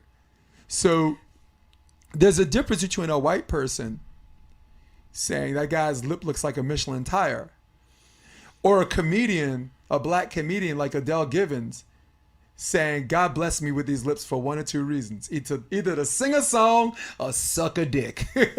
Okay. Sorry, recalibrate. No, I got She you. said, I'm telling you. 1993. I'll suck the skin off. I mean, dude. So in one instance, everyone's cracking up. The whole DSL joke. What we call dick sucking lips. And I'm back. Wendy, you're a lady. I'm trying. All right. Everyone. So, but that's even a worse. I mean, Yeah, that's even a more cringeworthy way. Like you cringed more. Yes. You cringed more on the humorous way and you cringed. And the question is, why did you cringe less? When he said this guy's lips looks like a Michelin tire, you had a different kind of cringe, right? I did. Yeah, you're right. So I mean, so there is a difference because one was meant to belittle and one was meant to poke fun. He called Jon Gruden like a clueless pussy. Joe Biden at 2012 called him a clueless whatever and this and that, and like if he said that in 2020 or 2021, I would agree. But in 2012, that was a Joe Biden that housed Paul Ryan in the vice presidential debate, and that Joe Biden was kind of sharp. He's like, now, isn't he a good little boy? Look at my arm flail. You gotta love this guy. Come on, give me a nuzzle. Just the nose. Give me one nuzzle. So, I have no problem with him getting the axe. Well, he resigned. Right. He resigned. He Right. resigned because if he got fired, they have to pay him all of it. Oh, So, okay. but him resigning, Yeah, they were able to negotiate. Maybe it was $100 million contract. Yeah. I'm pretty sure he got $40 million out of that. I don't know. This morning it said that he's probably not going to walk with the full $40 million. That's what they owed him when he resigned. Yeah. But he's still going to walk away with plenty. Yeah, he was already rich coming. Yeah, in. exactly. And I don't mean more money, more problems. He had generational. He was wealthy. Yeah, right. I mean, the commentating job, Monday Night Football or whatever, he should. I mean, dude, if I had something like that, I probably wouldn't coach again. Like if I was Right? if I was commentating in the AVP or FIVB scene on the same level as Barnett, Irwin, and Dane and them, which to me is like a level above, because in my heart of hearts, I think I'm the best at that. Yeah. But that's just my bias. You're great at it. But not in Atlantic City though. Not my best friend. No? No, I didn't feel. I didn't leave that feeling well. Okay. But I will say this: I was on an outer court. I didn't have a setup person. I had sound issues on my system where center court didn't, and I was still better than than Cameron Boron. With respect to Boron, who I love, and respect to Cameron, who I have a new profound respect for, being a woman in this man's world. I was still better than the two of them. That's not just me. Yeah. That's the feedback I got. Now, Yeah. specific feedback. No, You have a- saying no disrespect to them, but this or that. Yeah. So, I don't have a problem with Jon getting the axe. These came out, and if you click send, there's nothing out there that clicks send that you Right? can unring. Yeah. Isn't your least favorite thing removing tweets? Oh, Oh, this guy never tweeted, done yo, you a bitch ass nigga or whatever, this and that. Oh, but he removed the tweet. oh yeah. But Like he how do still you- thought how do you it. Yeah. How do you unring that bell? So, all right, and this is where I sound like I'm defending Jon Gruden, but I'm not defending him. I'm defending a concept. Private conversations exposed for everyone to hear is a slippery Very. fucking slope. Yeah. Wendy. Agreed. Kelly and I, we have conversations in our kitchen. Because our satire and our comedy is a little bit different from everybody else. I don't want anyone to hear. Absolutely. Dude, you want to talk about everyone can get it? I mean, last week I'm like, I wish we had a midget in the house, so Braxton could play with it. And first of all, midget as a term is offensive, right? And now, I'm not regretful or terribly apologetic, but it was just kind of like a joke where, like, I wish I had someone her size that's ahead of her in IQ or whatever. I think every child should have I gotta stop saying midget, right? Every child should have like a small person or whatever, and this and that. And that's just my attempt at satire that small, tiny people, you know, or I don't even, you call it a handicap. It's not. I mean, to me, it's not a handicap. It's they're people. I'm a person. Yeah. You know. It's a different experience than Yeah. yours. No, but There are but challenges. those conversations, as an example. But what you say in it's your a kitchen isn't slippery anybody's business. And If you say too much bad stuff and it becomes part of who you are, the world will find out eventually. What you say to your wife in the kitchen, what you say over breakfast with your best friend, Like that's that none dude- of anybody's business. no, like that dude from the Clippers, Yes. he got recorded. See, that's the world I don't want to live in. He got if you and recorded. I come on here and we're going to put this out there, then we're responsible for what we say. I just said something about tiny people. But Oh, again, good Lord. also it's following all the way down the line though. No, you nobody has to listen. Nobody's being like, that's the basis of a free society. This is fun. Yeah. And But if we're someone has losing it that. out for you, they want to listen. They Right. want to listen. And They that's wanna- not okay. They can't wait. Yeah. And I'm sitting there and I'm blaming the information age on that. And it started earlier than that. When Yeah. you like go back to Howard Stern, the early 80s. They did a survey, like 90% of the people that were offended by his material, and 80% of that 90% of the people were going to listen next week. Totally. That makes perfect sense to me. It's like So rubbernecking. this It's whole like watching the car crash. Like, I don't want. I don't want to hear. Oh, I'm listening again. Like, it's fascinating. It's human nature. Dude, it's all it's- that. It's yeah, and no one's perfect. So Gruden's another. So getting back to this, in specific nature, the emails coming out. You chose to click send. You didn't think it would come back at you because he felt like a made man. Right. He felt like as a coach that they knew his nature, that they knew this dog bark. Right. They knew this dog barks a certain way, and going back into coaching, they said, hey, if they know that going in, I'm okay. I'm good. Yeah.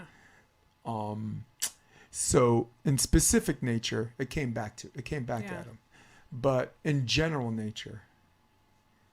Reading people's getting into people's thoughts inside their head Yeah. does not allow people to think out loud, which Right. goes all the way back to, because this is how our genius works, all look full circle, all the way back to comedy. Yeah. Comedy, Wendy, allows certain individuals to think out loud Yeah. and to be flawed and to say things that are outlandish. And different styles, or different comedians, Absolutely. different styles. Andrew Dice Clay. Yeah. Like, everyone thinks that's who he really is when he goes home. Yeah. You're a fucking moron. All right? I'll say it. In fact, I'll say it like Andrew Dice Clay. You're a fucking moron. You're a fucking putz. No, he is portraying a character that people where I grew up with, because Flatbush Avenue is predominantly black, but John Dewey is pure cuisine, man. Italians, Italian Americans, Bay Ridge, Bensonhurst, Jewish people talk and behave the American Italian way. Yeah. Puerto Ricans, so everyone talks with that same way. So they know that this guy's in the club, hair slicked back, wearing all white, because he Yeah. thinks white's the thing, right? Looking for a chick to smash. This character is so outlandish and should probably not even exist. So if you've never seen that kind of character, it's so ridiculous you have to laugh. Yeah. And for the people that know that character, the people that follow him, that character is so outlandish that they know and they identify and they relate, they laugh. And that's where the humor comes in. And that's why this man is sold at Madison Square Garden twice. Yeah. It's kid humor, like the Well- little nursery rhymes and stuff like that. It's probably at the end of the day, I got probably double-digit comedians I would watch before him, close to double-digit. I mean, Yeah. there's Chris Rock, who I always like to see. Robin Harris, the late Robin Harris, I watch all his old stuff. He's the guy that created Baby's Kids. Oh, okay. As the Yeah, concept. yeah. Okay. Who else? Richard Pryor. We can listen to Genius. stuff from the 70s all the way Yeah. to the day he died. Yeah. Yeah. That's rehashed too, right?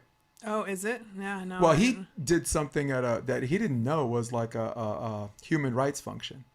Like the human rights campaign, everyone thinks is like everyone's rights, but the Human Rights Campaign is exclusively for the gay, lesbian, bi, trans, and queer community. I'm not doing acronyms because I always screw it up. I Yeah, just I say gotcha. the words. Okay. You know, when my name's DeBeus and none of you fuckers say my name right now, I don't get offended, so relax. Yeah, so in the 70s, he went in there, and then when he found out the entire room was gay, he basically said a lot of things that Chapelle said. He says, hey, he says, you want black people to be on your side when it comes to your rights, but where the fuck were you all this time? Right? We're in the same boat. If we're in the same boat, where the fuck were you? And he got booed. And he's like, you know, F y'all, you know, whatever, because he's Richard Pryor. Yeah. And he meant what he said, and he said what he meant. And that got him in some hot water. I think that was in the 70s. Okay. And it was supposed to be a rally. It kind of ruined everyone's night because it was supposed to be a rally to bring everyone together. Yeah. And instead of doing the Hollywood thing where like, I'm just going to be quiet and they'll reward me for being quiet, he went straight up Philadelphia, New York haterade, served in vanilla and chocolate. In that gay community. Where the fuck were you before? Interesting. Where were you? I mean, you know. Well, that's Now you care about my rights because you got something in the game. Yeah. You know, he's right, and he's also wrong. He's wrong in the sense that now that we're all together, we ain't got time to talk to because I just said I don't care about your past. You know.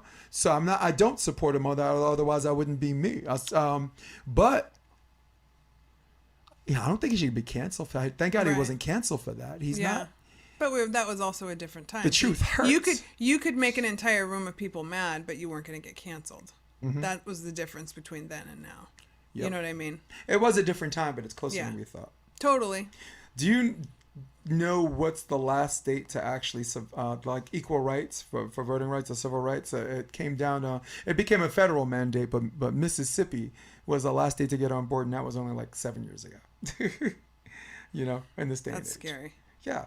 So, Well, I mean, I was studying with my son for his social studies test, and two of the questions were, see this painting, tell us, the essay was, is this a historically accurate painting? Tell me why.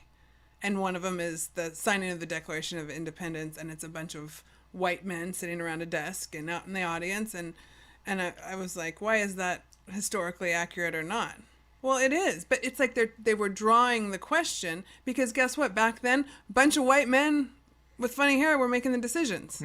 That was it, right? But we've evolved. But how do you evolve past and still tolerate? And part of that, like you said, I don't care about your past. You can't judge every single thing that everybody's ever done. You won't like anybody. no, that'd be Like, yeah. you know, Well, that's track record is a thing. Consistency is a thing.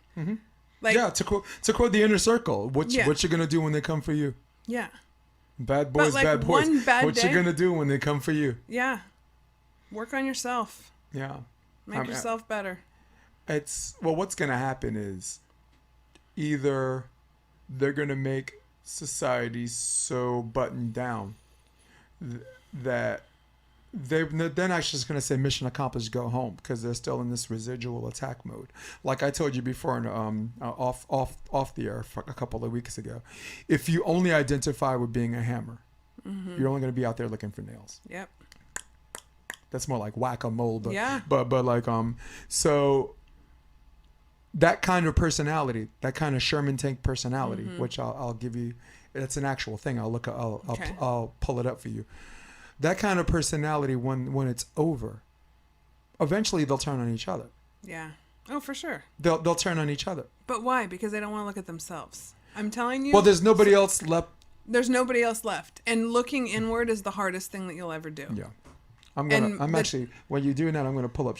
While you're talking about, Yeah. I'm gonna pull up Sherman Tank personality. Okay. Go ahead. Well, the thing, and this is at the top of my list for people that I enjoy spending time with. Reality. Give me your real self. You don't have to agree with me, but give it to me straight. Tell me who you are, and then I can make a judgment. You know, if I want to be around this 20% of the time, 80% of the time, I don't want to but people being real and being who they are based on their experience in their life does not have to offend you. Jay, you and I are so different. And yet we can spend tons of time together and not agree on certain things or whatever, and we're still really good friends. Like, that is the greatest thing about human connection.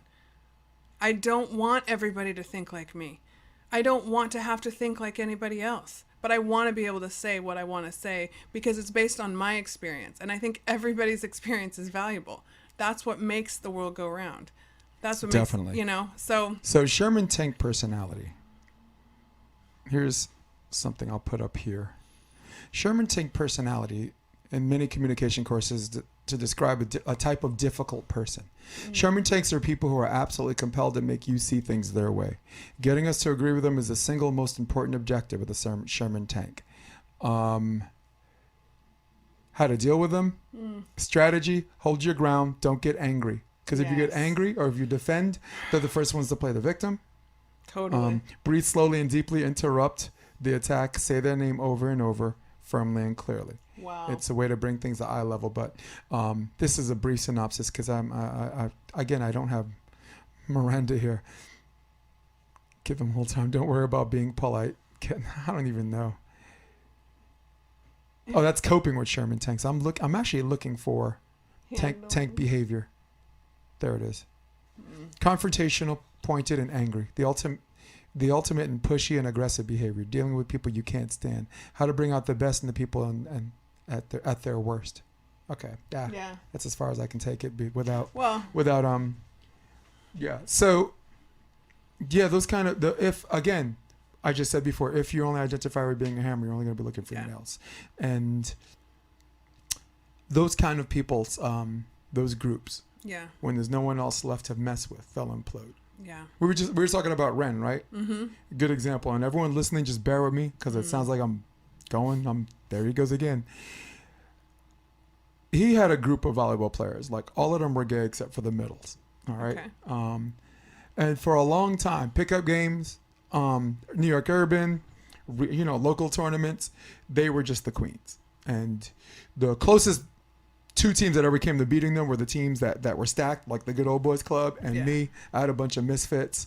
And me, honestly, I was just a G. I would just take anyone and play anyone, anytime. I was at anytime, anywhere person.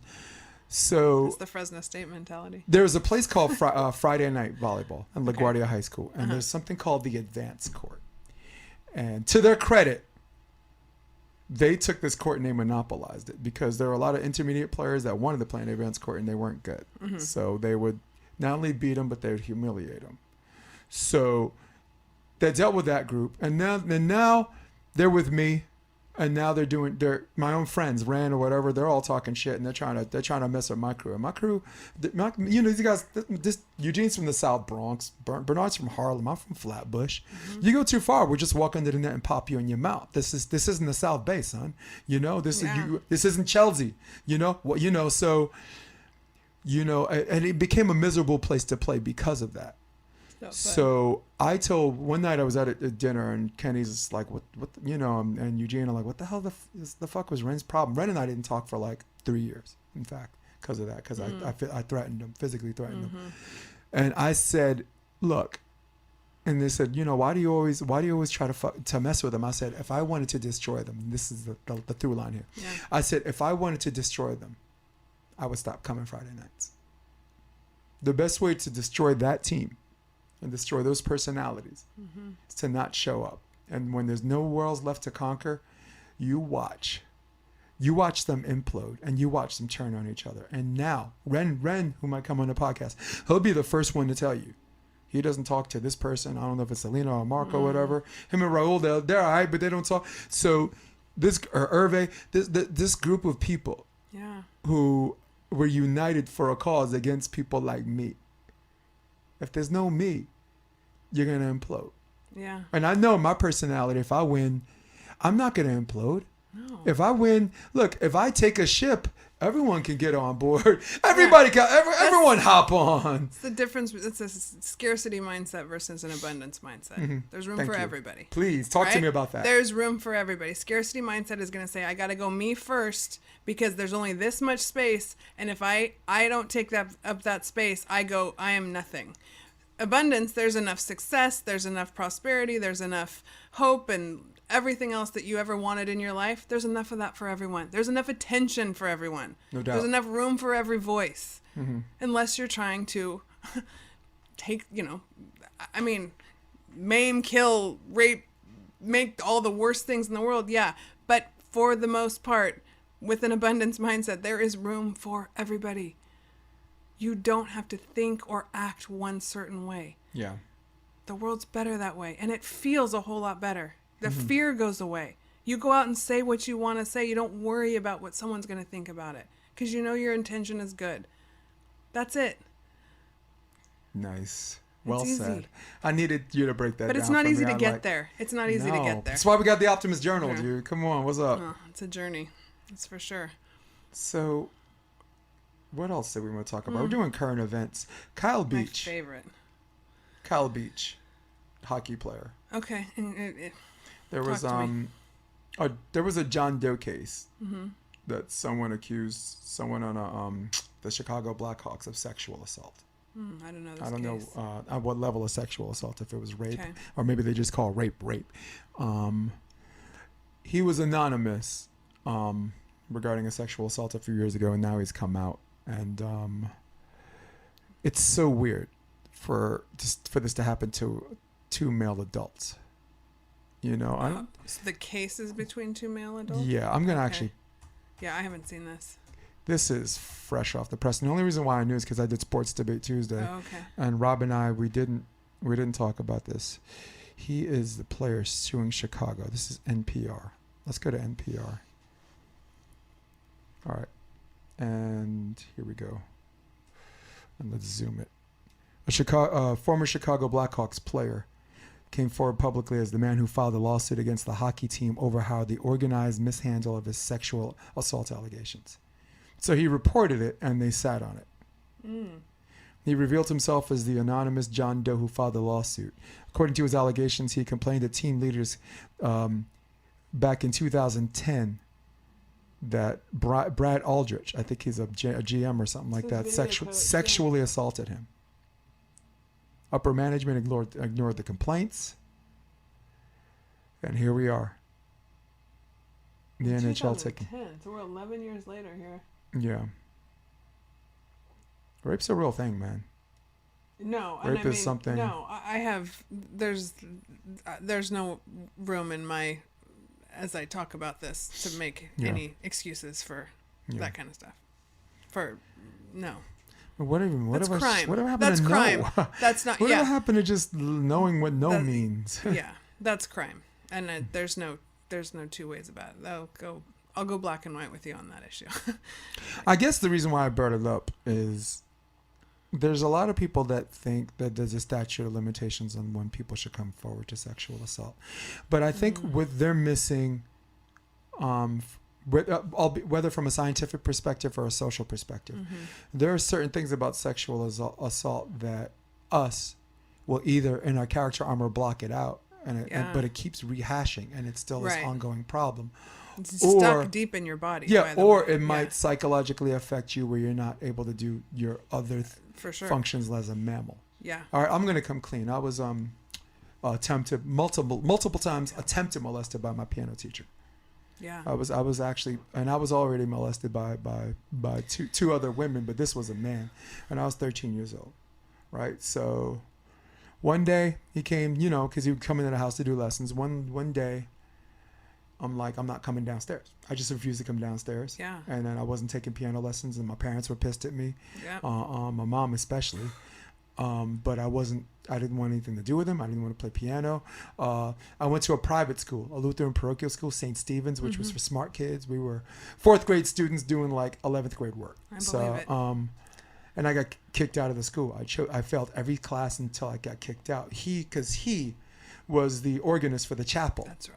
And he also taught music class for my grade. So I had to deal with this guy. So I'm not saying that I No. failed every class to get kicked out. I just but you, I just psychologically, you psychologically shut down on That's- yeah. subjects, math, science, and English, something that have nothing to do with Absolutely. something that on the surface has nothing. It seems like it has nothing to do with him. That's your but- survival mechanism But kicking in. but for the people that don't understand the science and how your brain is wired Yeah. and your psychological growth from a kid to a teen, from a teen to a young adult, from a young adult to a full adult, I was a boy interrupted. Yeah. And high school came along, and I just refused to do homework. I didn't want to do that project. I failed the class. The Army kind of knocked a lot of that fear out. But when I came back, I went to Hunter College for one semester. Refused to just do simple projects. And these two things, where one thing seems has nothing to do with the other, I learned later were connected. Absolutely. There's a reason why I was a returning adult student, and let me tell you something. I graduated with a 3.71, so Yeah. So I got that got Your brain figured is out. sharp. But I think the There's no point I'm doubt. trying to make is, I'd love to. I mean, I don't know if he's alive or whatever, but I'd love to see that mother. That Yeah. was 1983. I'd love to see that motherfucker in jail right now. Yeah. You know. Yeah. Because I you're- understood later, and I'll just say his name. I'll out this motherfucker. His name is Dr. Raymond Elliott Brock. He's a PhD in his music, and the school was very, very happy to have him. But I found out later. I mean, this is almost like what was that movie with? That was a play with Meryl Streep and Philip Seymour Hoffman about the priest. Gosh, Doubt. Yeah. It was Doubt. Yeah. Very much like that. Someone that came, that had a past, that the church stayed hush hush about. It was kind of like a second chance. And churches like to give people second chances, but that's man. No, you're getting into for you and me. territory. That's one of those things that's almost No, you're- unforgivable. yeah. So it was one of those things where I found out later that he came there because he was not welcome in his previous place, without saying too much. I also found out why, like, he'd come to teach me piano or whatever, and my Yeah. parents would invite him to dinner multiple times. In fact, we saw Victor Borge together, which Victor Borge was like a musical comedian. I saw him at Carnegie Hall, but then he's the one that arranged that. But without getting into too much of the details or whatever, because I'm not, Right. we're not going there on that podcast. Maybe another episode when I'm more comfortable. Yeah. Because this is already uncomfortable. Yeah. But I think we. God, it's so weird talking about this openly. Because I'm into I'm part of a group called St. Stephen's, where we this group where we all catch up. Hey, how you doing? This and that. Okay. And I was just thinking about writing a long soliloquy about why I Right. left, because they just knew one year I was an A student, and next year I just failed out and I was gone. So Yeah. and no one knew why. But I Did think anybody ever ask? Or was it just a time that you weren't? my father thought I was being bullied. Okay. My mom didn't believe me. She said I was Ouch. lying. She said I was just trying to find ways because I didn't want to play piano. So, which is, I don't even want to talk about that one. That's Yeah, a whole that's nother heavy. subject matter. Yeah. But I think bringing it back, Kanye West style. Wow, we're live too. Statute of limitations on a sexual assault is a tricky thing. It is. And Because no- it and no- causes and no a two cases are lifetime alike. of, yeah. No two cases are alike. Yeah. You have one side saying always believe the woman, always believe this person or whatever, and this and that. And I guess they do that for a reason. And then, because that sexual assault, that's where the argument comes from. What are the talking points, right? On one side, why would she lie? Yeah. Right? And if you can't answer why she would lie, then the person's guilty, right? Right. And then on the other side, who's taking the guy's side is like, oh boy, this is convenient. This person comes in the 11th hour when this person's about to be elected, or this person's in a position where he's getting revered, and he has an opportunity to take whatever have you to the next level. Yeah. So Well, there's a lot of psychology involved in there, and that is a situation where when you see the statistics on sexual abuse, like I know it's like 40% for women. yeah, It's scary. But it doesn't mean that for men, like it's a subject that absolutely puts a stamp on the rest of your life that you have to work your way out of. Yeah. That psychological trauma, and that is a big big T trauma. But as to a hit kid, your how do you life. even see any of that coming until You it don't happens? know. Oh, you don't, and that's Right? it. It's That's, not like Chris Rock. Remember Chris No. Rock was talking about different uncles? He says, you got your molester uncle, I told you not to mess with him, now walk it off. So no, Yeah. so that's different. But you don't know. But Yeah. as a kid, you don't know that stuff. No. And nor should you have to. No. And that's the one that put me over the top because it's happened to me twice before that. Yeah. Before 13. So without unnaming That's- parties, I'm not, Well, I don't want, but you're- but I found out that guy would show up to dinner or whatever with bruises. And my parents asked what happened. He said he got mugged. And then a couple of weeks later, he got mugged again. But I found out later it was a group of kids. Like he attempted to molest one of the kids like in the hood. This is Yeah. East Flatbush. Okay. So every time they saw him, they whooped his ass.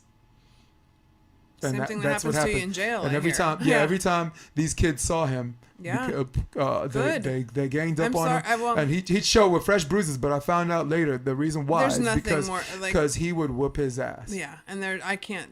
Yeah. That's top of unforgivable. But it had to offenses come in out life. because let me tell you Yeah. something. A lot of the kids I went to school with, when they became adults, we would have jokes. They would have jokes and conversations where he would have this thing where he'd like to pat kids on the bottom.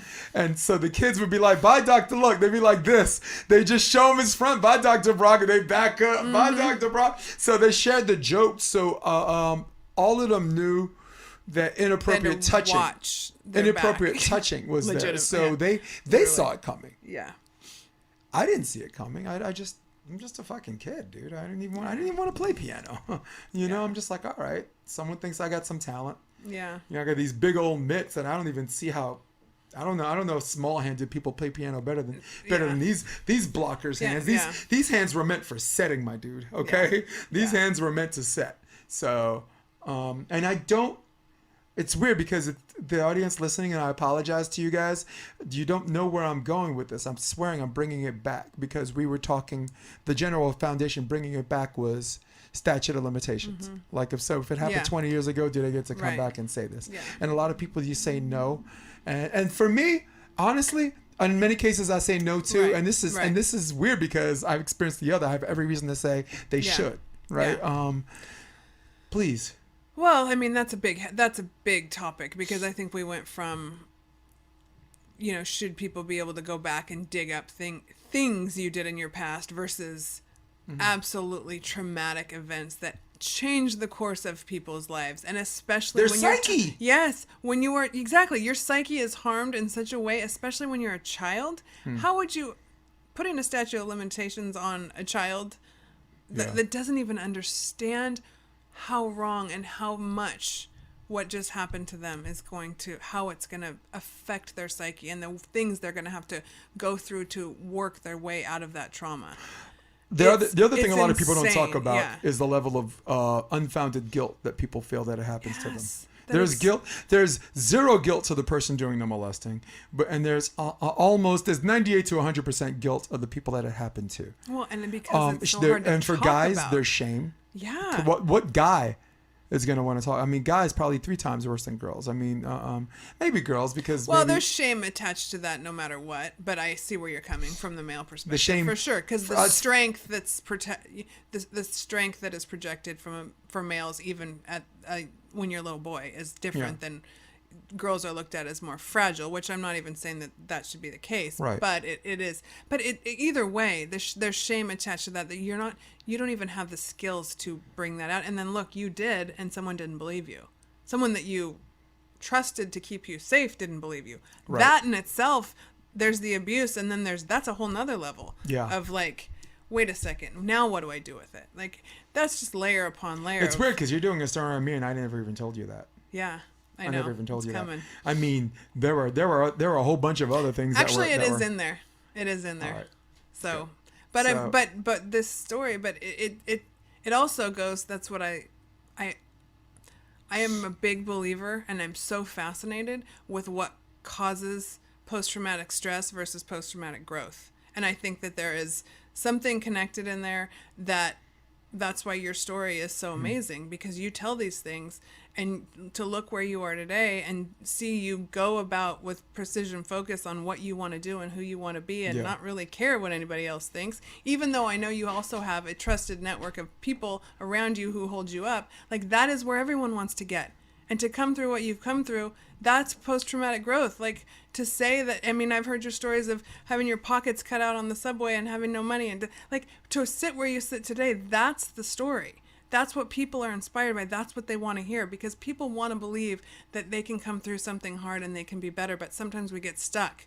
And that's psychological. It's not their fault. But you got to know where to go when you get stuck. You can't stay in that place. Yeah. So I'm fascinated by stories of people that get past whatever that trauma was to become something bigger and better, and then go out and help other people.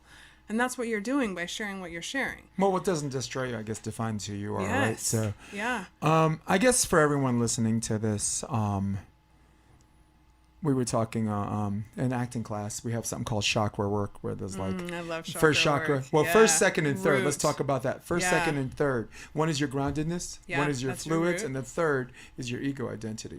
So, with the explosion of those three are implosions. So, if someone messes with that, the opposite of groundedness is fear. Yeah. Right? The opposite of fluids and energy is guilt. Stagnation. Guilt. Is guilt. Yeah. And the ego identity is shame. Yeah. So if something like that happens to you at a young kid, because young Right. kids, they're still the ground on your feet, Yeah. your energy and your Safety. and your ego, and then the fourth one to hear and speak the truth. That's all fucked up. Yeah. Your safety's gone. Yeah. You When feel take you the feel safety away. you feel ashamed. You feel guilty. You feel whatever. Yeah. You feel like damaged goods. Yeah. You feel like you are weaker. You're not as strong as everybody else, because you if you were strong enough or smart enough, This wouldn't you wouldn't have been happen. in the first place. So for everybody watching, I'm gonna look at the camera. I'm not weaker. Any of you that saw me for the first time, you look at my eyes, you don't see weak. You see strength. You see nothing but strength. You see an overload of strength. I'm not. I have little to zero shame. And here I am. And if that happened to you, I mean, just come see me. Come see me off the camera. We can just talk about it. I'm not a doctor, but I recognize the symptoms. All right, but there's no shame. All right, there's no guilt. You're not weak. You're not. I mean, if you're still alive, you're not weak. I mean, a lot of weak people just kill them. Will probably kill themselves or be even more messed up than what you are right now. So, you came out kind of alright, but it's still messing with you. I'm probably the best person to have the conversation. Second best person, because Wendy, the work she's doing with the Optimist Journal is just you're a fucking savage right now. And again, we're not medical professionals, and medical professionals might prescribe a prescription, or they might actually get around to doing some work and helping you beyond medication, which is the other reason why I don't trust the scientist over science, right? Yeah. Yeah. I'm all about the health. Yeah. Finding those fundamentals, and then working with people through transitions, because we all go through them. But I guess the point I'm trying to make is one must participate in one's own salvation. Yeah. You got to get out there, and it can't stay the same. It doesn't. You think it goes away, but really your character armor is just blocking it out, and it's gonna rehash somewhere where you least expect it, or it's residually rehashing, and you don't know why, and it's blocking you from doing other things where it feels like one thing has zero to do with the other. Trust me, they might be connected. So true. They just might be connected. You know. Yeah. But finishing the episode, we're gonna finish in a bit. Yeah. Another example about science and scientists. Like I have little to no cartilage left in my knee, just years and years of playing indoor, right? Right. Now you can see a doctor that gives you a brace Yeah. and gives you drugs to get rid of the pain, or you can do some research, or see a doctor that, or you can do some research and find out that the cartilage you have left can repair itself if you eat the right foods. There's a certain dietary thing, nuts. This, and I was doing some research or whatever, and I'm doing this research, and while I'm reading this research on how I can improve my knee, all the way up to cadaver surgery, or like cartilage replacement surgery instead of knee replacement surgery, all of these things I'm reading and researching, and all these ideas. You know what I'm thinking to myself? Why the hell didn't my doctor say any of this to me? The guy that I know. my significant other and my family members are like, you're gonna fucking argue with a professional. Oh my God, you're out there. You're this right wing or whatever idiot. Yeah. But the whole time I'm like, why the fuck didn't my doctor say any of this to me? Yeah. Why the hell didn't the person Find who's yourself supposed to be studying medicine? Why the hell? And that's why I said I trust the science, because my research is science. Find yourself a good naturopath or osteopath that is trained in Western medicine, but will also let in the Eastern thought. Yeah. Like, it's a beautiful combination. Homeo and naturopathic are the same thing, guys. In case anyone's wondering the difference between those two, not a damn thing. They're the same thing. Homeopathic and naturopathic. Yeah. If that's incorrect, please message me. I'll apologize next show. But I believe they're the same thing. Yeah. Well, and I think an osteopath blends the two. Right. So, yes. Fuck yeah. If I get cancer, I want to know every Western medicine treatment there is. But do I believe that? And I've lived it. I mean, that's why I go to acupuncture and chiropractic and myofascial tissue release and all of these things that are not part of the big pharma game. You know, I mean, do I drink beet juice in the morning to take care of my blood vessels because I don't ever want to take blood pressure medicine. I've read about what it does to your brain. It's scary. Right. It does. Yep. Like, there's so many things. And if you listen to the end What's of it. wrong with garlic? Yeah, exactly. What's wrong with a little garlic in your life that lowers blood pressure on its own? Totally. All these things that as Americans, like, we've gotten to a place where let's keep it easy and pop a pill. Like, no. Do you know, dude, I get wound up so much, my blood pressure should be through the roof, and it's not. Yeah. It's always 110/70 or something like that. It's always, I put garlic on everything. I go, pizza joints, they don't believe in garlic out here. In fact, when I ask if they have garlic, they look at me like I have two fucking heads. Yeah. And I'm like, this is a pizza joint. Is this a pizza joint or not? Okay. You got chili pepper, you got everything, you got oregano, they got everything except garlic powder. And I'm like, you know you made your sauce in that, right? You know it's in the back. Anybody in the back? Anybody in the back? Give me some garlic, please. Yeah. But I wanted to finish the podcast with that. Yeah. An example of like, I'm not an anti-science guy. I love the science. I appreciate the science. I'm just talking about things that are convenient for me that enhance my quality of life. Yeah. Wearing a brace for the rest of my life is inconvenient. In fact, looking at my leg, it reminds me that it hurts even worse. I took it off. I tried to play with it. I couldn't play with it. Interesting. You know, so now I just limit my games. Yeah. I'm not going to play 10 games with a brace. I'm going to play 5 without. Yeah. And if I play 5 and nothing hurts, it's a good day. Unless I'm in Carmel. Totally. Those fucking crazy ass people, dude. I want to hear about man, it. I'm so the last 2 days I I played 13 games each day. I'm wrecked. I haven't touched the ball since. I bet. I don't want to touch a volleyball. I don't want those crazy fucking 40 and 50-year-olds and a couple of 60-year-olds. I don't know what makes them pop back like a rubber band where they're just playing like mammals. Matt Chopay, God bless you. South of the Border Vacations. I'm so bummed I missed it. I couldn't make it. There's Tom Davenport. The Scott Davenport, AVP. Tom Davenport runs SOB, South of the Border Vacations. Okay. Basically, it's a bunch of people that go to Ixtapa, they go to Cabo.